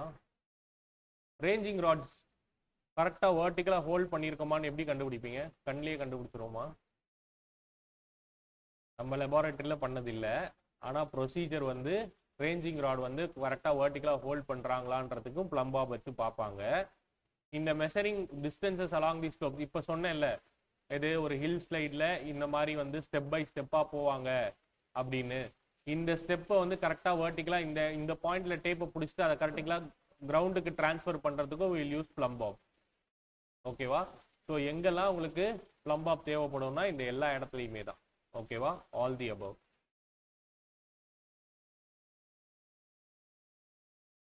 Next, chain surveying is most suitable when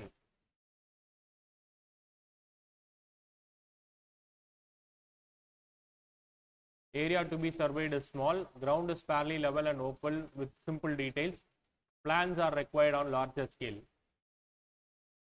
Yes, all the above, all the above. Okay.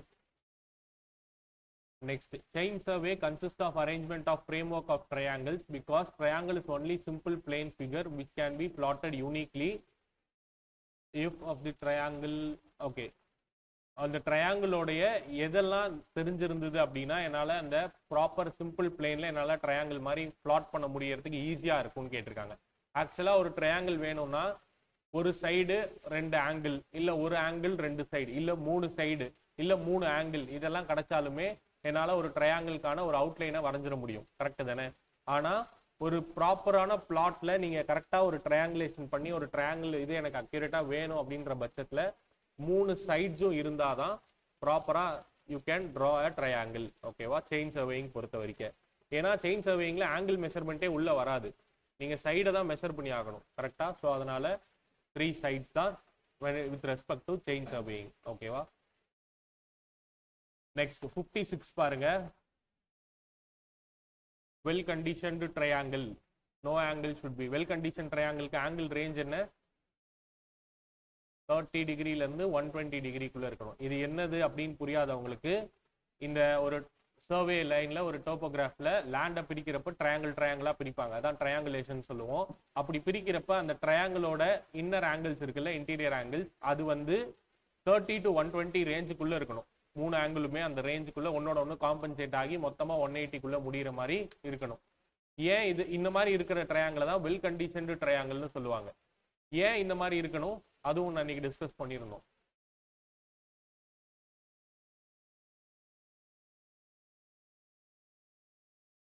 S. So ஒரு 2 line வந்து ஒன்னோட ஒன்று இங்கே வரைஞ்சிருக்கேன் பாருங்க. ஒன்னோட ஒன்று மீட் பண்ணுதுன்னா இப்படி பர்பண்டிகுலரா இருக்கப்ப எனக்கு கரெக்டாக அந்த இன்டர்செக்ட் ஆகிற பாயிண்ட் வந்து டிஸ்டிங்டா இருக்கும். அதே கம்மி ஆங்கிள் ஒன்னோட ஒன்று மீட் பண்றப்ப ட்ரையாங்குலேஷன் பண்ணீங்கன்னா உங்களுக்கு என்ன ஆகும்? 2-3 அதாவது ஒரு லாங்கர் லைனே வந்து அதுல மர்ஜ் ஆகி போற மாதிரி இருக்கும். ஒரு எக்ஸாக்ட் பாயிண்டா வைக்க முடியாது. அதனால அந்த இன்டர்செக்ஷனை எக்ஸாக்ட் பாயிண்டா வைக்க முடியாது. அதனால will go for well conditioned triangle.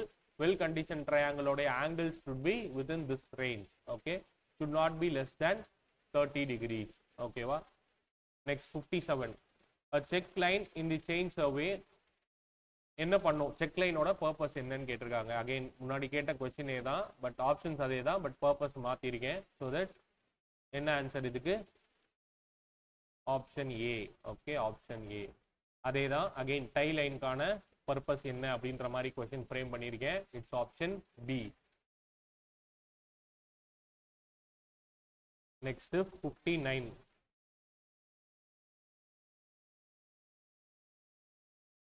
when position of point to be located accurately by perpendicular offset, the direction of perpendicular is set out by means of. So offset அடிக்கிறதுக்கு அந்த பெர்பெண்டிகுலர் ஆங்கிள், அதாவது ஆஃப்செட்னா என்னன்னா ஒரு line போகுதுன்னா அதுல இருந்து ஒரு பாயிண்ட்டை நீங்க வியூ பண்ணுவீங்க. இது வந்து சர்வே லைனா இருக்கும். இதுதான் ஆப்ஜெக்ட், ஒரு ட்ரீயோ ஏதோ. அதை லொக்கேட் பண்ணணும்னா இப்படி ரைட் ஆங்கிள் நீங்க ஆஃப்செட் கிரியேட் பண்ணும். அதுக்கு வில் யூஸ் இதுல இருக்கிறதுல எது அப்படின்ற மாதிரி கேட்டிருக்காங்க. Optical square. தியோடலைட்டை வச்சு என்ன பண்ண முடியும்? Angles, vertical angle, horizontal angle measure பண்ண முடியும். டம்பி லெவல் எதுக்கு? கிரவுண்டோடைய எலிவேஷன் கண்டுபிடிக்கிறதுக்கு. பிளானிமீட்டர் எதுக்கு? Area measurement. Okay, next 60th question பாருங்க. when position of points to be fixed most accurately it should be located by oblique offsets, true or false அப்படின்னு கேட்டிருக்காங்க. அப்போ முதல்ல நமக்கு ஆப்ளிக் ஆஃப்செட்ஸ்னா என்னன்னு தெரியணும். ஜென்ரலா ஆஃப்செட் அப்படின்னாலே சர்வேல பண்றப்ப அந்த மெயின் சர்வே லைன்ல இருந்து ஒரு ஆப்ஜெக்ட் எனக்கு வருது அப்படின்னா அதை பர்பண்டிகுலரா நான் லொகேட் பண்ண தான் ட்ரை பண்ணுவேன். ஏன்னா அதுதான் it gives me more accuracy. அதே say for example main survey line இங்க இருக்கு, என்னோட ஆப்ஜெக்ட் எங்கேயோ இருக்கு, ஓகே, லார்ஜர் டிஸ்டன்ஸ்ல இருக்கு, நான் அங்க வரைக்கும் என்னோட சர்வே லைனை எக்ஸ்டெண்டே பண்ணல. அந்த டைம்ல நான் என்ன பண்ணுவேன்னா இந்த மாதிரி, ஓகே, லைன் வேணா கலர் ஒரே மாதிரி யூஸ் பண்றேன் ஸோ தட் கிளியரா இருக்கும். இது வந்து உங்களுக்கு ப்ளூ லைன், ஓகேவா? ஸோ இதான் என்னுடைய பாயிண்ட். அப்போ நான் இங்கேருந்து அங்கே லொக்கேட் பண்றதுக்கு என்ன பண்ணி ஆகணும்? ஆஃப்செட் அடிக்கணும். ஆனால் என்னால் பர்பண்டிகுலர் ஆஃப்செட் அடிக்க முடியாது. அந்த டைம்ல தான் I will go for oblique offset. ஆப்ளிக்னா நாட் பர்பண்டிகுலர்னு அர்த்தம், ஓகேவா? ஒரு ஆங்கிள் மீட் பண்ற மாதிரி. இந்த ஆப்ளிக் ஆஃப்செட் அடிக்கிறப்ப அது ரொம்ப அக்யூரேட்டா இருக்காது, ஓகேவா? ஸோ அதனால generally we will prefer for perpendicular offsets only. So when position of point to be fixed is most accurate வேணும்னா நீங்க oblique offset க்கு போக கூடாதுன்னு அர்த்தம், ஓகேவா? சோ அப்ப இந்த ஸ்டேட்மெண்ட் வந்து false, right? next பாருங்க 61 பாருங்க. The accuracy in laying down perpendicular offsets in measuring them depends upon. ஒரு ஆஃப்செட் அடிக்கிறீங்க, பர்பண்டிகுலர் ஆஃப்செட் அடிக்கிறீங்க அப்படின்னா அதை வந்து அதோட மெஷர்மெண்ட், அதை மெஷர் பண்றோம் அப்படின்னா எந்தெந்த ஃபேக்டர்ஸ்லாம் ரோல் பிளே பண்ணும் அப்படின்ற மாதிரி கேட்டிருக்காங்க. கண்டிப்பா ஸ்கேல், என்ன ஸ்கேல்ல நீங்க அதை பண்றீங்க அப்படிங்கிறது என்னன்னாமா ஆக்சுவலா சொல்லணும்னா இந்த செயின் லைன்ல ஒரு சில ஆப்ஜெக்ட்டுக்கு வில் மெஷர் தி டிஸ்டன்ஸ். ஒரு சிலதுக்கு என்ன பண்ணுவோம்னா ஃபீல்ட்ல 2-3 மட்டும் மெஷர் பண்ணிட்டு மீதி இருக்கிறத வந்து நம்ம மேப்ல ஆஃபீஸ்ல உட்காந்து எங்கெங்க என்னென்ன இருக்குன்ற மாதிரி அந்த டோபோகிராஃபிக் பிக்சரை ஃபில் பண்ணுவோம். ஸோ அப்போ உங்களுக்கு பார்த்தீங்கன்னா ஸ்கேல் ஆஃப் பாயிண்டிங், என்ன ஸ்கேல் அதை பண்றீங்க அப்படிங்கிறது இம்பார்ட்டன்ட். எந்த லென்த்ல அந்த ஆப்ஜெக்ட் அடிச்சிருக்கீங்கன்றது இம்பார்ட்டன்ட். அண்ட் அந்த ஆப்ஜெக்ட் வந்து எந்த அளவுக்கான ஒரு ப்ராப்பரான இது அப்படின்றது. ஸோ எல்லாமே தான் இட் பிளேஸ் தி ரோல், ஓகேவா? ஸோ 61 வந்து ஆப்ஷன் டி. அகைன் இதுவுமே ஒரு கொஸ்டின் என்னன்னா லென்த் ஆஃப் ஆப்செட் 20 மீட்டர் இருந்தால் அது லாங்கா ஷார்ட்டா அப்படின்ற மாதிரி. ஜென்ரலா அப் டு 15 மீட்டர் வந்து அது வந்து ஷார்ட் ஆஃப்செட். 15 மீட்டருக்கு மேலே போனால் அது வந்து லாங் ஆஃப்செட். ஸோ 20 மீட்டர்னு இருக்கப்ப இட் இஸ் லாங். அந்த லிமிட்டிங் ஃபேக்டர் 15 மீட்டர்னு இப்போ சொன்னேன்ல, அதுதான் நெக்ஸ்ட் கொஸ்டினோட ஆன்சர், ஓகே? ஸோ நார்மலாக எந்த ஆஃப்செட் எக்யூப்மெண்ட்டும் இல்லாமல் கண் வழியாக பார்த்து நீங்கள் ஆஃப்செட் அடிக்கிறீங்கன்னா up to 15 metre you can do, okay? Next 64. Instrument used for setting out an offset at right angle. Okay, இதுக்கு ஆன்சர் பார்த்தீங்கன்னா ஆப்டிக்கல் ஸ்கொயரும் வரலாம், ஓப்பன் கிராஸ் டாப்பும் வரலாம், ஓகேவா? ரெண்டுமே ரைட் ஆங்கிளுக்கு மட்டும். அதே ஃப்ரெஞ்ச் கிராஸ் டாப்பும் அட்ஜஸ்டபிள் கிராஸ் டாப்பும் பார்த்தீங்கன்னா டிஃப்ரெண்ட் ஆங்கிள்ஸ்க்கு வரும். 45, 135 இந்த மாதிரி ஆங்கிள்ஸ்க்கும் யூஸ் பண்ணலாம். சின்ஸ் ரைட் ஆங்கிள் அவங்க மென்ஷன் பண்ணதுனால ஓப்பன் கிராஸ் டாப்பாக இருந்தாலும் ஓகே, ஆப்டிக்கல் ஸ்கொயர் ரெண்டுமே ரைட் ஆன்சர் தான் இந்த இடத்துல, ஓகே? நெக்ஸ்ட் ஃபீல்டு புக்ல என்ட்ரிஸ் வந்து எப்படி இருக்கும் அப்படின்ற மாதிரி கேட்டிருக்காங்க. பாட்டம் ஆஃப் தி பேஜ்ல போட்டுட்டு அதுக்கப்புறம் மேல வந்து it will be worked upwards, ஓகேவா? இது கரெக்ட் தான், ட்ரூ. இதெல்லாம் அகைன் இன்ஃபரன்ஸ் பாயிண்ட்ஸா எழுதி வச்சுக்கணும். Next the adjustable cross top is used for setting out and offset. Adjustable cross top வந்து இட் மீன்ஸ் எனி ஆங்கிள். இப்போ ஆப்ளிக் ஆஃப்செட்லாம் பார்த்தோம்ல, இப்போ எந்த ஆங்கிள் வேணும்னாலும் நம்ம ஆஃப்செட் அடிக்கிறதுக்கு we'll use adjustable crosstalk. Next, for setting out an offset at an angle of 45 degrees, crosstalk use this French crosstalk, okay? Open crosstalkல வெறும் 90 degrees தான் possible. So option வந்து இங்க French crosstalk. 45, 135 இதெல்லாம், okay? Next, a French crosstalk as a magnetic compass அப்படின்னு கொடுத்திருக்காங்க, which is wrong, ஓகேவா? அதுல அதெல்லாம் இருக்காது.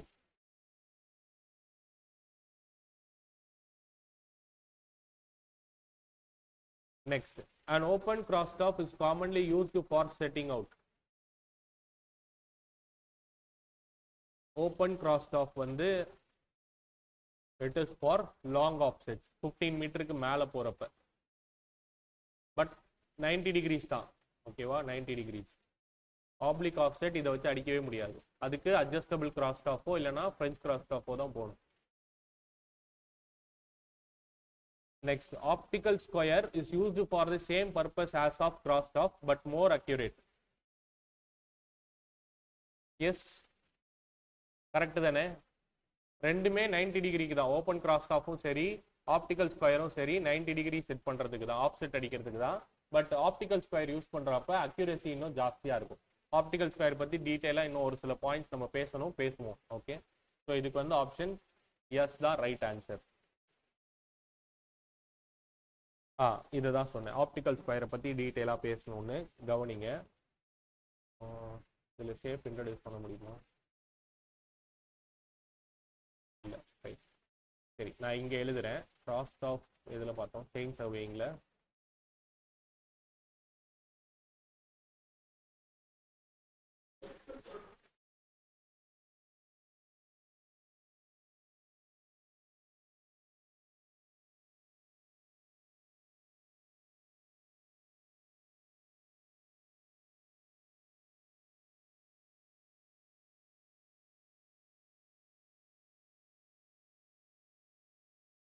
ஓகே, இதை ரஃப் ஸ்கெட்சாக போட்டு வச்சுக்கோங்க, ஆப்டிக்கல் ஸ்கொயரை பற்றின டீட்டெயில்ஸ்.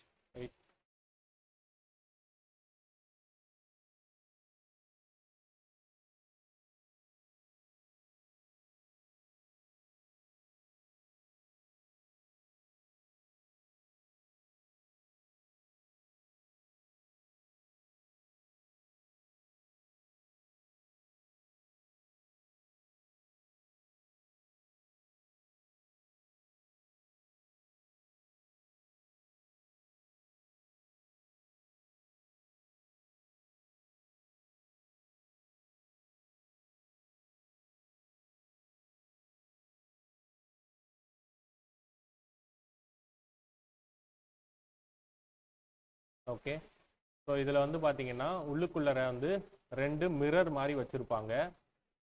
அதில் ஒரு மிரருக்கு பேர் வந்து பார்த்தீங்கன்னா ஐ அண்ட் ஹெச். ஓகே, இதில் H means horizon glass.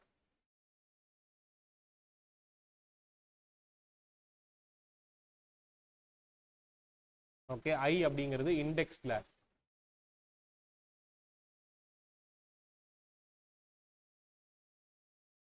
And additional information என்ன அப்படின்னா, இண்டெக்ஸ் கிளாஸ் வந்து ஃபுல்லி சில்வர்டு. ஸோ மிரர்னு சொல்கிறேன் இல்லையா, அப்படின்னா என்ன, கிளாஸில் பேக் சைடு அந்த சில்வர் இது மாதிரி கொடுக்குறது தான் மிரராக மாறுது. அப்போ அது ஃபுல் லென்த்துக்கும் அதை வந்து சில்வர் பண்ணியிருப்பாங்க இண்டெக்ஸ் கிளாஸ் பொறுத்த வரைக்கும். ஹாரிசான் கிளாஸில் வந்து ஹாஃப் வந்து சில்வர் பண்ணியிருப்பாங்க. Okay, unsilvered at bottom, unsilvered at bottom and silvered on top. இது ஹாரிசான் கிளாஸ்ல. ஓகே, ஸோ இந்த இடத்துல பார்த்தீங்கன்னா உங்களுக்கு ஆப்ஜெக்ட் இருக்கு. இந்த இடத்துல நீங்க கண்ணு வச்சு பார்ப்பீங்க ஐயோட பொசிஷன். இதில் பார்த்தீங்கன்னா என்ன ஆங்கிள் உங்களால் செட் பண்ண முடியுது அப்படின்னா 90 டிகிரிஸ். ஓகே, அண்ட் என்ன ஆங்கிளில் உங்களுடைய மிரர் பிளேஸ் ஆயிருக்கு, ஒன்னோட ஒன்று ஹாரிசான் கிளாஸும் இண்டெக்ஸ் கிளாஸும் என்ன ஆங்கிளில் பிளேஸ் ஆயிருக்குன்னா அது வந்து 45 டிகிரி. நான் வெறும் இந்த 45 அண்ட் 90 டிகிரிஸை கிளாஸில் பேசியிருப்பேன். ஸோ அடிஷ்னல் இன்ஃபர்மேஷனாக இந்த இண்டெக்ஸ் கிளாஸ் இதை பற்றிலாம் எழுதிக்கோங்க. It is under the topic optical square.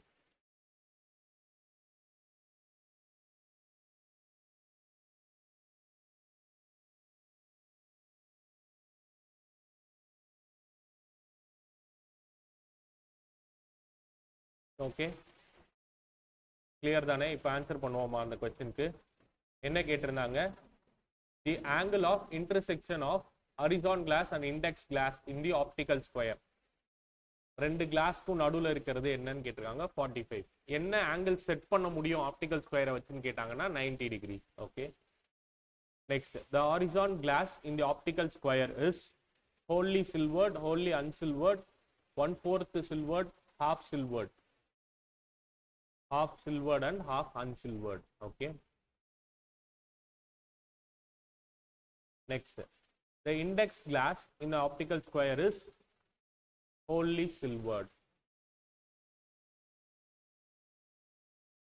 The optical square is used to measure angles by என்ன கான்செப்ட்ல அப்படின்ற மாதிரி क्वेश्चन கேட்டிருக்காங்க. It is reflection. ஓகேவா, reflection.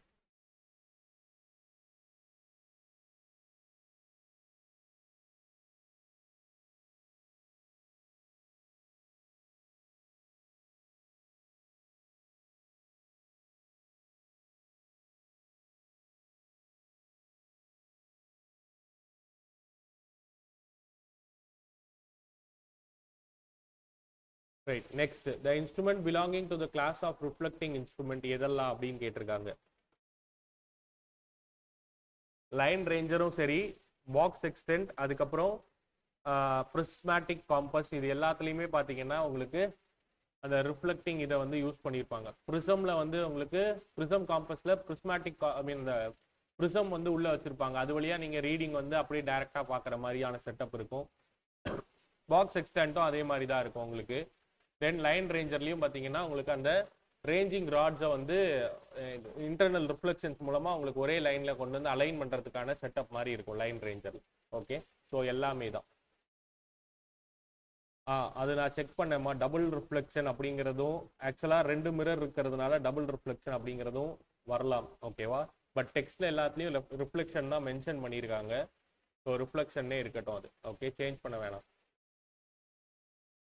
Next, when in an optical square, the angle between the first incident ray and the last reflected ray, மொத்தமா angle difference எவ்வளோ இருக்குன்ற மாதிரி கேட்டிருக்காங்க. Again 90 degree. வெறும் மிரருக்குள்ள இருக்கிற டிஃபரன்ஸ் தான் 45.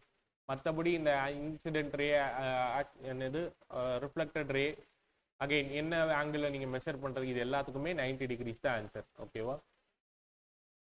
When the object lies on the left hand side of the chain line, then while taking offset with optical square, it is held in. Okay, இதுவும் again ஒரு question என்னன்னா, நீங்க வந்து இது வந்து செயின் லைன். ஓகேவா, இங்க நீங்க நிக்கிறீங்க செயின் லைன்ல, உங்களுக்கு லெஃப்ட் ஹேண்ட் சைட்ல வந்து பாத்தீங்கன்னா ஒரு ஆப்ஜெக்ட் இருக்கு. ஓகேவா, அப்ப என்ன பண்ண, ஆப்டிக்கல் ஸ்கொயர்ன்றது உங்களுக்கு கையில வைக்கிற ஒரு சின்ன இன்ஸ்ட்ருமெண்ட் மாதிரி இருக்கும். சரியா, ஸோ அது லெஃப்ட் ஹேண்ட் எப்படி பிரிஸ்மேட்டிக் காம்பஸ் சொன்னோம் அந்த மாதிரி தான்.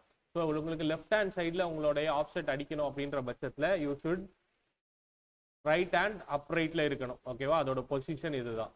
ஓகே,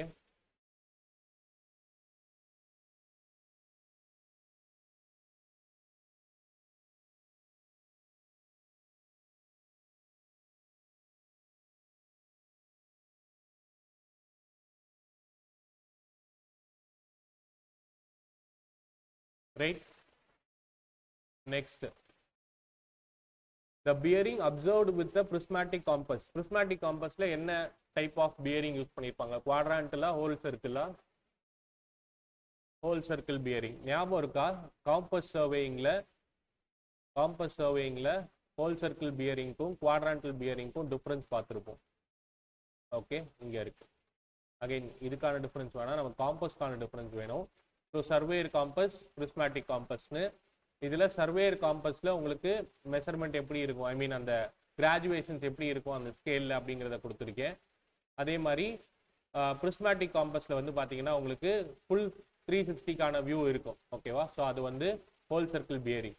இதுலயுமே சவுத் டைரக்ஷன்ல என்ன டிகிரிஸ்ல இருக்கும், வெஸ்ட் டைரக்ஷன்ல என்ன வரும் அப்படின்றதெல்லாம் ஞாபகம் வச்சுக்கோங்க. ஓகே, எப்பவுமே என்ன பண்ணுங்க, அதாவது கிளாக் வைஸ்ல இருக்கு, சவுத்ல ஸ்டார்ட் ஆகுது 0 அப்படின்றத ஞாபகம் வச்சுக்கோங்க ஹோல் சர்க்கிள் பியரிங்க்கு. இங்க வர்றப்ப again east west 90-90, north south 0-0. Okay, இது சிம்பிளா இருக்கும். ஓகேவா. நெக்ஸ்ட், ஓகே, இப்போ கொஸ்டின் கேட்டது பிரிஸ்மேட்டிக்ல என்ன யூஸ் பண்ணுவோம் அப்படிங்கிறது. It is whole circle bearing. ஓகேவா.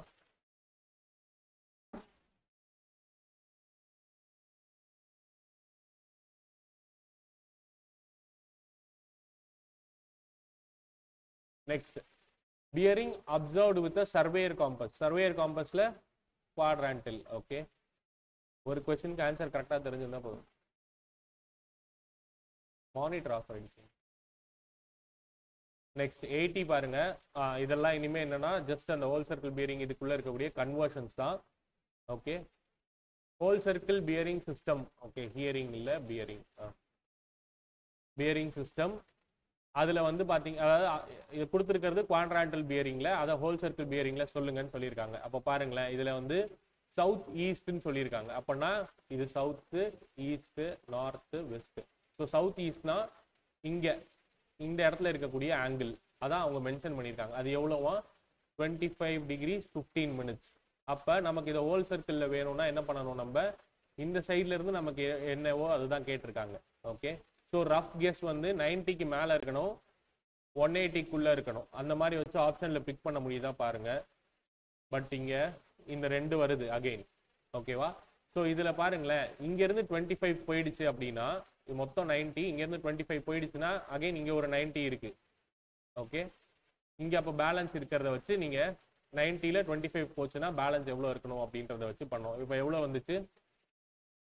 1. ஓகே, இல்லை சார் இதெல்லாம் எனக்கு குழப்புது, இந்த மாதிரி நான் ஷார்ட்டாக போட விரும்பலை, ஆப்ஷன்ஸ் நெக்லெக்ட் பண்ண விரும்பலைன்னா ஸ்ட்ரைட்டாக என்ன பண்ணுங்க, 180லேருந்து 25 degrees 15 இதை மைனஸ் பண்ணீங்கன்னா you will get the answer. Okay, அப்படி பண்ணுறதுனால ஓகே, இல்லை லாஜிக்கலாக யோசிச்சு பிக் பண்ண முடியும், கால்குலேஷன்லாம் போடாமல் அப்படியே பிக் பண்ண முடிஞ்சாலும் okay. Right, next, the process of turning the telescope of theodolite over its supporting axis through 180 degree in the vertical plane. Yes, ஞாபகம் இருக்கா? தியோடலைட் டாபிக்ல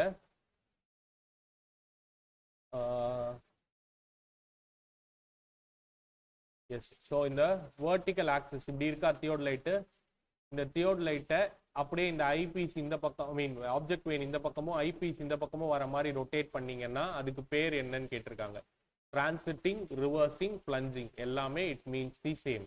ஓகே, அதே இந்த டெலஸ்கோப் செட்டப்பை இந்த பேஸ் இருக்குல்ல, இந்த main scale vernier scale setup இருக்குல்ல, அதுக்கு என்ன சொல்றது, ஆப்ஜெக்டா வச்சு இந்த பிளேன்ல ரொட்டேட் பண்ணீங்க, ஹரிசாண்டல் பிளேன்னா அதுக்கு பேர் என்னது? ஸ்விங்கிங். Okay, swinging. ஸோ இங்கே கேட்டிருக்கிறது உங்களுக்கு டிரான்சிட்டிங், பிளஞ்சிங், ரிவர்சிங் இது எல்லாமே தான். இந்த டிரான்சிட்டிங் பண்ண முடிஞ்சது அப்படின்னா அதுக்கு பேர் வந்து டிரான்சிட் தியோடலைட். ஒரு சில தியோடலைட் முன்னாடி வந்ததுலலாம் அந்த மாதிரி வெர்டிகலாக ரொட்டேட் பண்ண முடியாது ஃபுல் இதுக்கு 180க்கு. அப்போ அதெல்லாம் நான் transit theodolite which become obsolete. Right, இப்போ அது கிடையாது. தென் ஹோல் சர்க்கிள் பியரிங்ல நார்த் வெஸ்ட் கொடுத்துருக்காங்க. ஓகேவா? So again north, south, west, east. இதுல நார்த் வெஸ்ட்ல 25. அப்ப இந்த சைட்ல இருந்து உங்களுக்கு 25 டிகிரிஸ் போயிடுச்சுன்னு அர்த்தம். அப்ப என்ன பண்ணும்? 360ல இருந்து 25 மைனஸ் பண்ணா என்ன வருதோ அதுதான். So option D.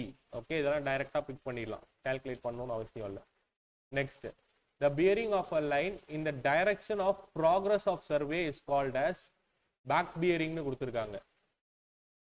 ஓகேவா? ஸோ சர்வேல நீங்க ஒரு ஸ்டேஷன்ல இருந்து அடுத்தடுத்து பார்க்குற ஆங்கிள் வந்து ஃபோர் பியரிங், பேக் பியரிங் கிடையாது. பேக் பியரிங்னா திருப்பி இந்த ஸ்டேஷன்ல இருந்து ப்ரீவியஸ் ஸ்டேஷனை பார்த்தீங்கன்னா தான் பேக் பியரிங். ஸோ இது வந்து it is no. Next question என்ன? ஃபோர் பியரிங் கொடுத்துட்டாங்க, பேக் பியரிங் கேட்குறாங்க. என்ன பண்ணணும்? 180 ஆட் பண்ணணும். கொடுத்துருக்கிற வேல்யூ 180 விட கம்மியாக இருந்தால் ஆட் பண்ணணும் 180. 180 விட ஜாஸ்தியாக இருந்ததுன்னா மைனஸ் பண்ணிடணும். ஓகே, இப்போ ஆட் பண்ணீங்கன்னா என்ன வரும்? 36 + 180 2. Option D. ஓகேவா?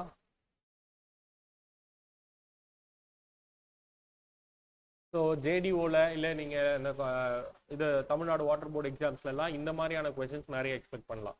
சர்வேலன்னா இந்த ஸ்டாண்டர்டை விட இன்னும் கொஞ்சம் ஜாஸ்தியாக இருக்கும். நம்ம கிளாஸில் டிஸ்கஸ் பண்ண மாதிரி டிக்ளினேஷன் கரெக்டாக கால்குலேட் பண்ணுறது, அந்த கன்வர்ஷன்லாம் இந்த மாதிரி நிறைய கொஸ்டின் எதிர்பார்க்கலாம். ஓகேவா? நெக்ஸ்ட், ஃபோர் பியரிங் என்னவா இருந்ததுன்னா பேக் பியரிங் 36 இருக்கும்னு கேட்டிருக்காங்க. என்ன பண்ணும்? ஆட் பண்ணும். ஓகேவா? So 2 1 6.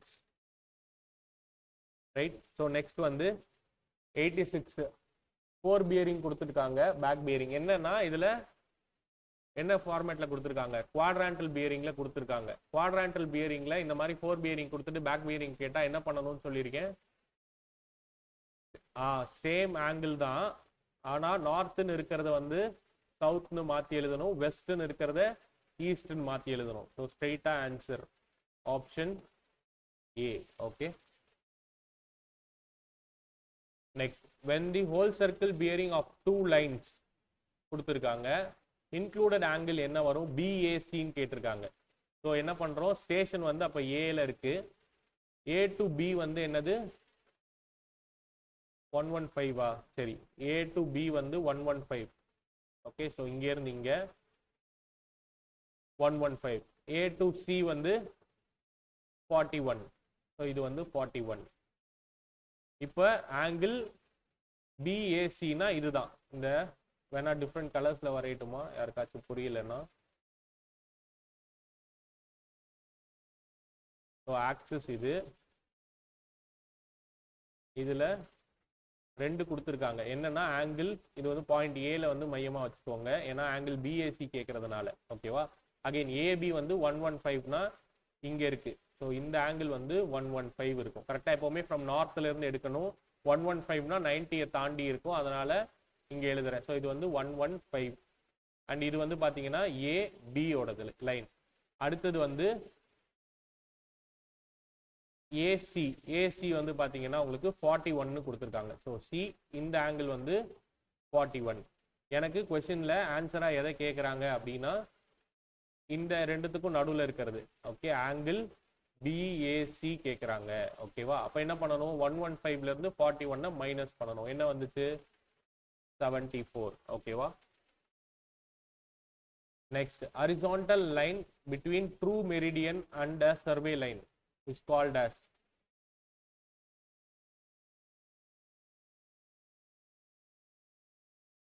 S horizontal angle between true meridian and survey line. ஓகேவா? அது வந்து அசிமுத். ஓகே, என்னன்னு நம்ம ஆஸ்ட்ரானமிக்கல் சர்வேல இன்ட்ரடக்ஷன் மட்டும் பார்ப்போம், ரொம்ப டெப்தா போக மாட்டோம். பட் இன்ட்ரடக்ஷன் மட்டும் இந்த மாதிரி டேர்ம்ஸ் எல்லாம் என்னென்னு டிஃபைன் பண்றது பார்ப்போம், அங்க டீடைலா பேசுவோம். சரியா?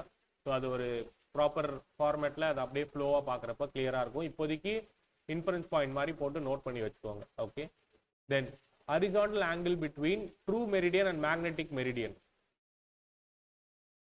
எஸ், ஸோ ஞாபகம் இருக்கா?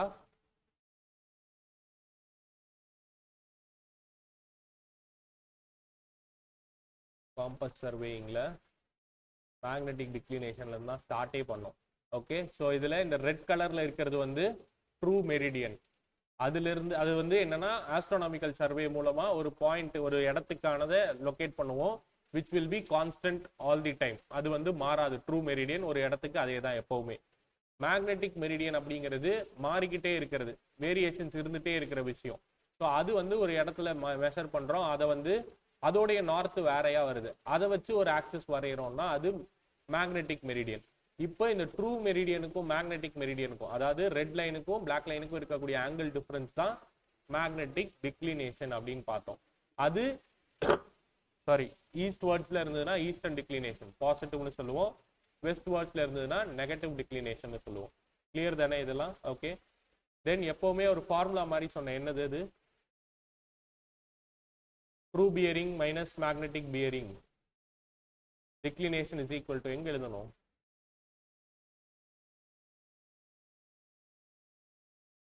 கொஸ்டின் டிஸ்கஷன்ல எழுதணுமா, இங்க எழுதலையோ? ஸோ இந்த இதுல கொஸ்டின் டிஸ்கஸ் பண்ணப்ப இதோ இருக்கு பாருங்க, இதுதான். Okay, always true bearing is equal to magnetic bearing plus or minus declination. இப்படி படிச்சாலும் ஓகே, இல்லைன்னா magnetic declination is equal to true bearing minus magnetic bearing அப்படி படிச்சாலும் ஓகே. ஓகே, அந்த ஃபார்மேட்ல எழுதியிருக்கும், இதோ இருக்கு. Magnetic declination is equal to true bearing minus magnetic bearing, எப்படி படிச்சாலும் ஓகே தான். ரைட்? எங்க இருக்கு क्वेश्चंस? ஓகே, நெக்ஸ்ட் இதுல என்ன கேட்டிருக்காங்க?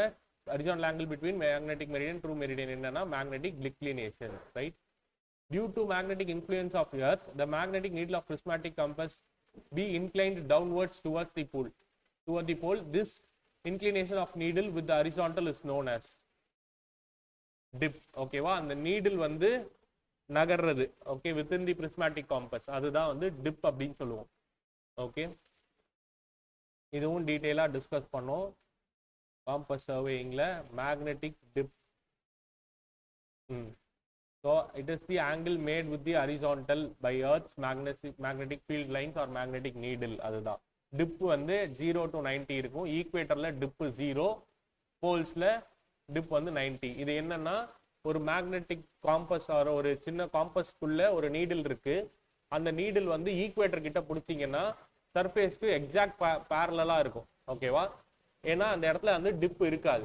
அதே நீங்க டுவர்ட்ஸ் போல் நகர்றப்ப அந்த காம்பஸ் ஆர் அந்த செட்டப் குள்ளர இருக்க நீடில் வந்து இப்படி வெர்டிகலா டிப் ஆகும். ஓகேவா? ஸோ இந்த டிப் ஆகிறத பத்தி தான் இங்க பேசுறேன். கிளியர் தானே? ஓகே, ஞாபகம் இருக்கும்னு நினைக்கிறேன். நெக்ஸ்ட் ஈக்குவேட்டர்ல அகைன் இப்பதான் பேசணும். ஈக்குவேட்டர்ல டிப் வந்து 0, அகைன் போல்ஸ்ல டிப் வந்து 90 டிகிரிஸ் இருக்கும். Which of the following statement is wrong? Magnetic meridian coincides with true meridian all the places. Correct அது? Which is no again. Then the magnetic meridian does not vary from place to place on the earth's surface. அதுவும் தப்பு தான். Okay, the magnetic declination at a place is constant. கரெக்டா அது? Magnetic meridian கான்ஸ்டன்டா இருக்காதுன்னா true மெரிடியனுக்கும் magnetic மெரிடியனுக்கும் இருக்க difference தான் declination. அது மட்டும் எப்படி கான்ஸ்டன்டா இருக்கும்? அதுவும் தப்பு தான். Okay, so all the above are wrong. The lines of earth's magnetic field run from. So magnet, ஒரு மேக்னெட் இருக்குன்னு வச்சுக்கோங்களேன், அதுல லைன்ஸ் எப்படி இருக்கும் அப்படின்னு பாக்குறதே தான் நீங்க இதுக்கும் பார்க்கணும். ஸோ இது வந்து நார்த் சவுத் அப்படின்னா வித்தின் தி மேக்னெட் நார்த் சவுத்ல இருக்கும். ஓகேவா? அதே அவுட் சைட் ஃபீல்ட்ல பார்த்தீங்கன்னா ஃப்ரம் சவுத் டு நார்த் இப்படி போகும். அவங்க எதுவும் அந்த மாதிரி வித்தின் தி எர்த் அந்த மாதிரிலாம் எதுவும் மென்ஷன் பண்ணலன்னா நார்த் டு சவுத்ன்றதே அப்படியே எழுதிக்கோங்க. ஓகேவா? சவுத் டு நார்த் வந்து அவங்க மென்ஷன் பண்ணியிருந்தாங்கன்னா, அதாவது எக்ஸ்டர்னலி ஃபீல்டு போறது வந்து சவுத் டு நார்த், நம்ம கிளாஸ்லயுமே அப்படிதான் பேசியிருந்தோம். பட் அவங்க எதுவும் மென்ஷன் பண்ணலன்னா எர்த்ல அந்த மேக்னெட் வித்தின் மேக்னெட்ல எப்படி இருக்கும்ன்றது தான் அப்படியே எழுதணும். ஸோ நார்த் டு சவுத் தான் right answer.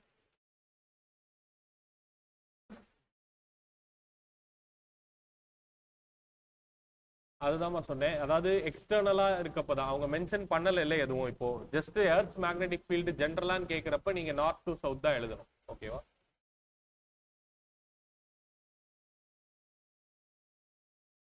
(95) In order to fix up the direction of survey line in a compass survey, the horizontal angle between survey line and a fixed line of reference is measured. The fixed line of reference is called as magnetic meridian அப்படின்னு சொல்லியிருக்காங்க.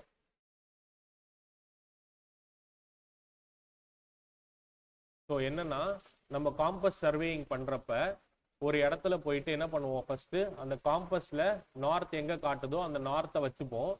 அந்த நார்த்ல இருந்து நம்ம view பண்ண வேண்டிய பாயிண்ட்டை திருப்பி பார்ப்போம். அங்க இருந்து இது எவ்வளவு ஆங்கிள் மேக் பண்ணுது அப்படிங்கிறத மெஷர் பண்ணுவோம். கரெக்டா? இதுதான் மேக்னெட்டிக் பியரிங்னு சொல்றேன்.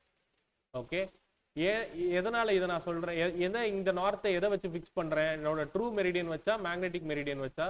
இந்த நார்த் எந்த நார்த்து?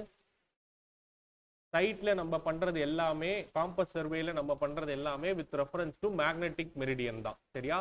ட்ரூ மெரிடியன்ன்றது அஸ்ட்ரானமிக்கல் சர்வே மூலமா கண்டுபிடிக்கிறது.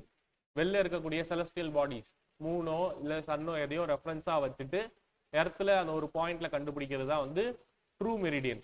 அதை நம்ம சர்வே ஃபீல்ட்ல நம்ம பண்ண மாட்டோம். அது அஸ்ட்ரானமிக்கல் சர்வேல வரும்.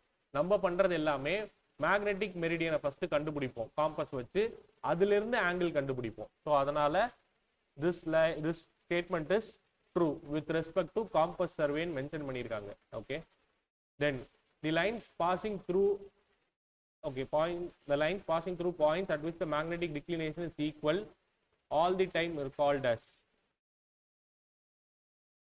magnetic declination. ஓகேவா? எங்கெல்லாம் சேமா இருக்கோ அதெல்லாம் வந்து ஜாயின் பண்ணீங்கன்னா அந்த லைனுக்கு பேர் என்ன அப்படின்னு கேட்டிருக்காங்க. It is isogonic lines.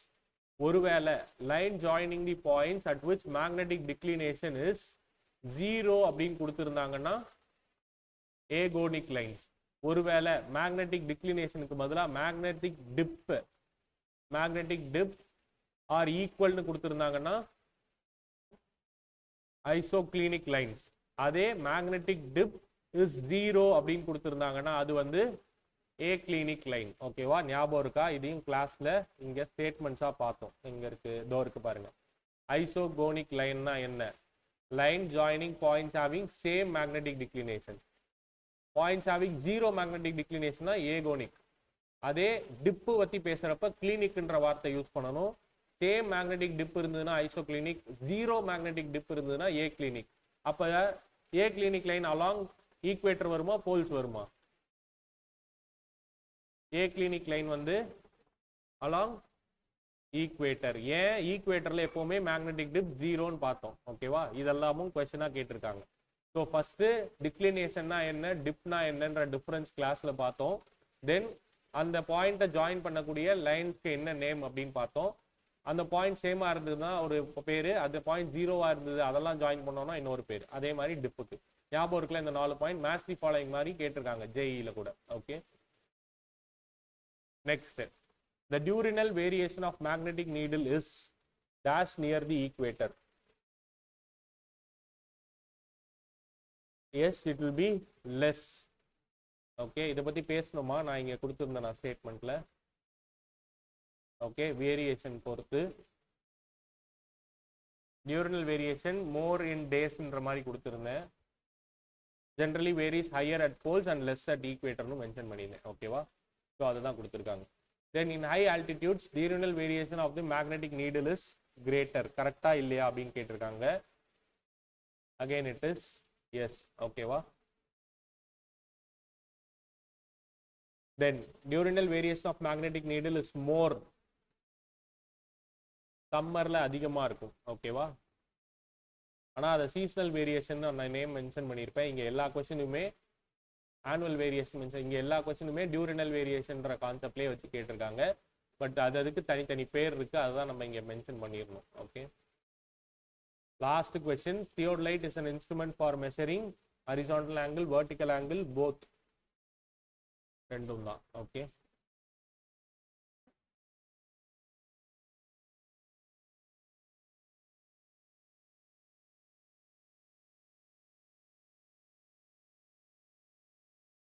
Okay தானே? ஆன்சர் கீக்கும் இதுக்கும் எதுவும் வேரியேஷன்ஸ் இல்லைல்ல, பக்காவா இருந்துச்சுல்ல?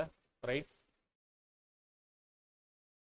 ஸோ இதில் பார்த்தீங்கன்னா மேஜராக கவர் பண்ண டாபிக் வந்து செயின் சர்வேயிங், அந்த இன்ட்ரடக்ஷன் பார்ட், காம்பஸ் சர்வேயிங், இதை தான் மேஜராக ஃபோக்கஸ் பண்ணியிருந்தேன். இதுக்கு அடுத்த டாபிக் எல்லாம் நெக்ஸ்ட் வீக்லி டெஸ்ட்டில் தான் பார்ப்போம். ஓகே, அதுக்கப்புறம் நம்ம நிறைய கிளாஸில் கவர் பண்ணிட்டோம், அதெல்லாம் நெக்ஸ்ட் வீக்லி டெஸ்ட்டில் வரும். சின்ஸ் இந்த ஏரியாலேயே நிறைய வெயிட்டேஜ் ஆஃப் கொஸ்டின்ஸ் இருந்ததுனால இந்த 2 டாபிக் மட்டும் தனியாக வச்சாச்சு. ஓகே, जी रिकॉर्डिंग स्टॉप பண்ணுங்க. லோகேஷ் ஸ்டாப் பண்ணுங்க.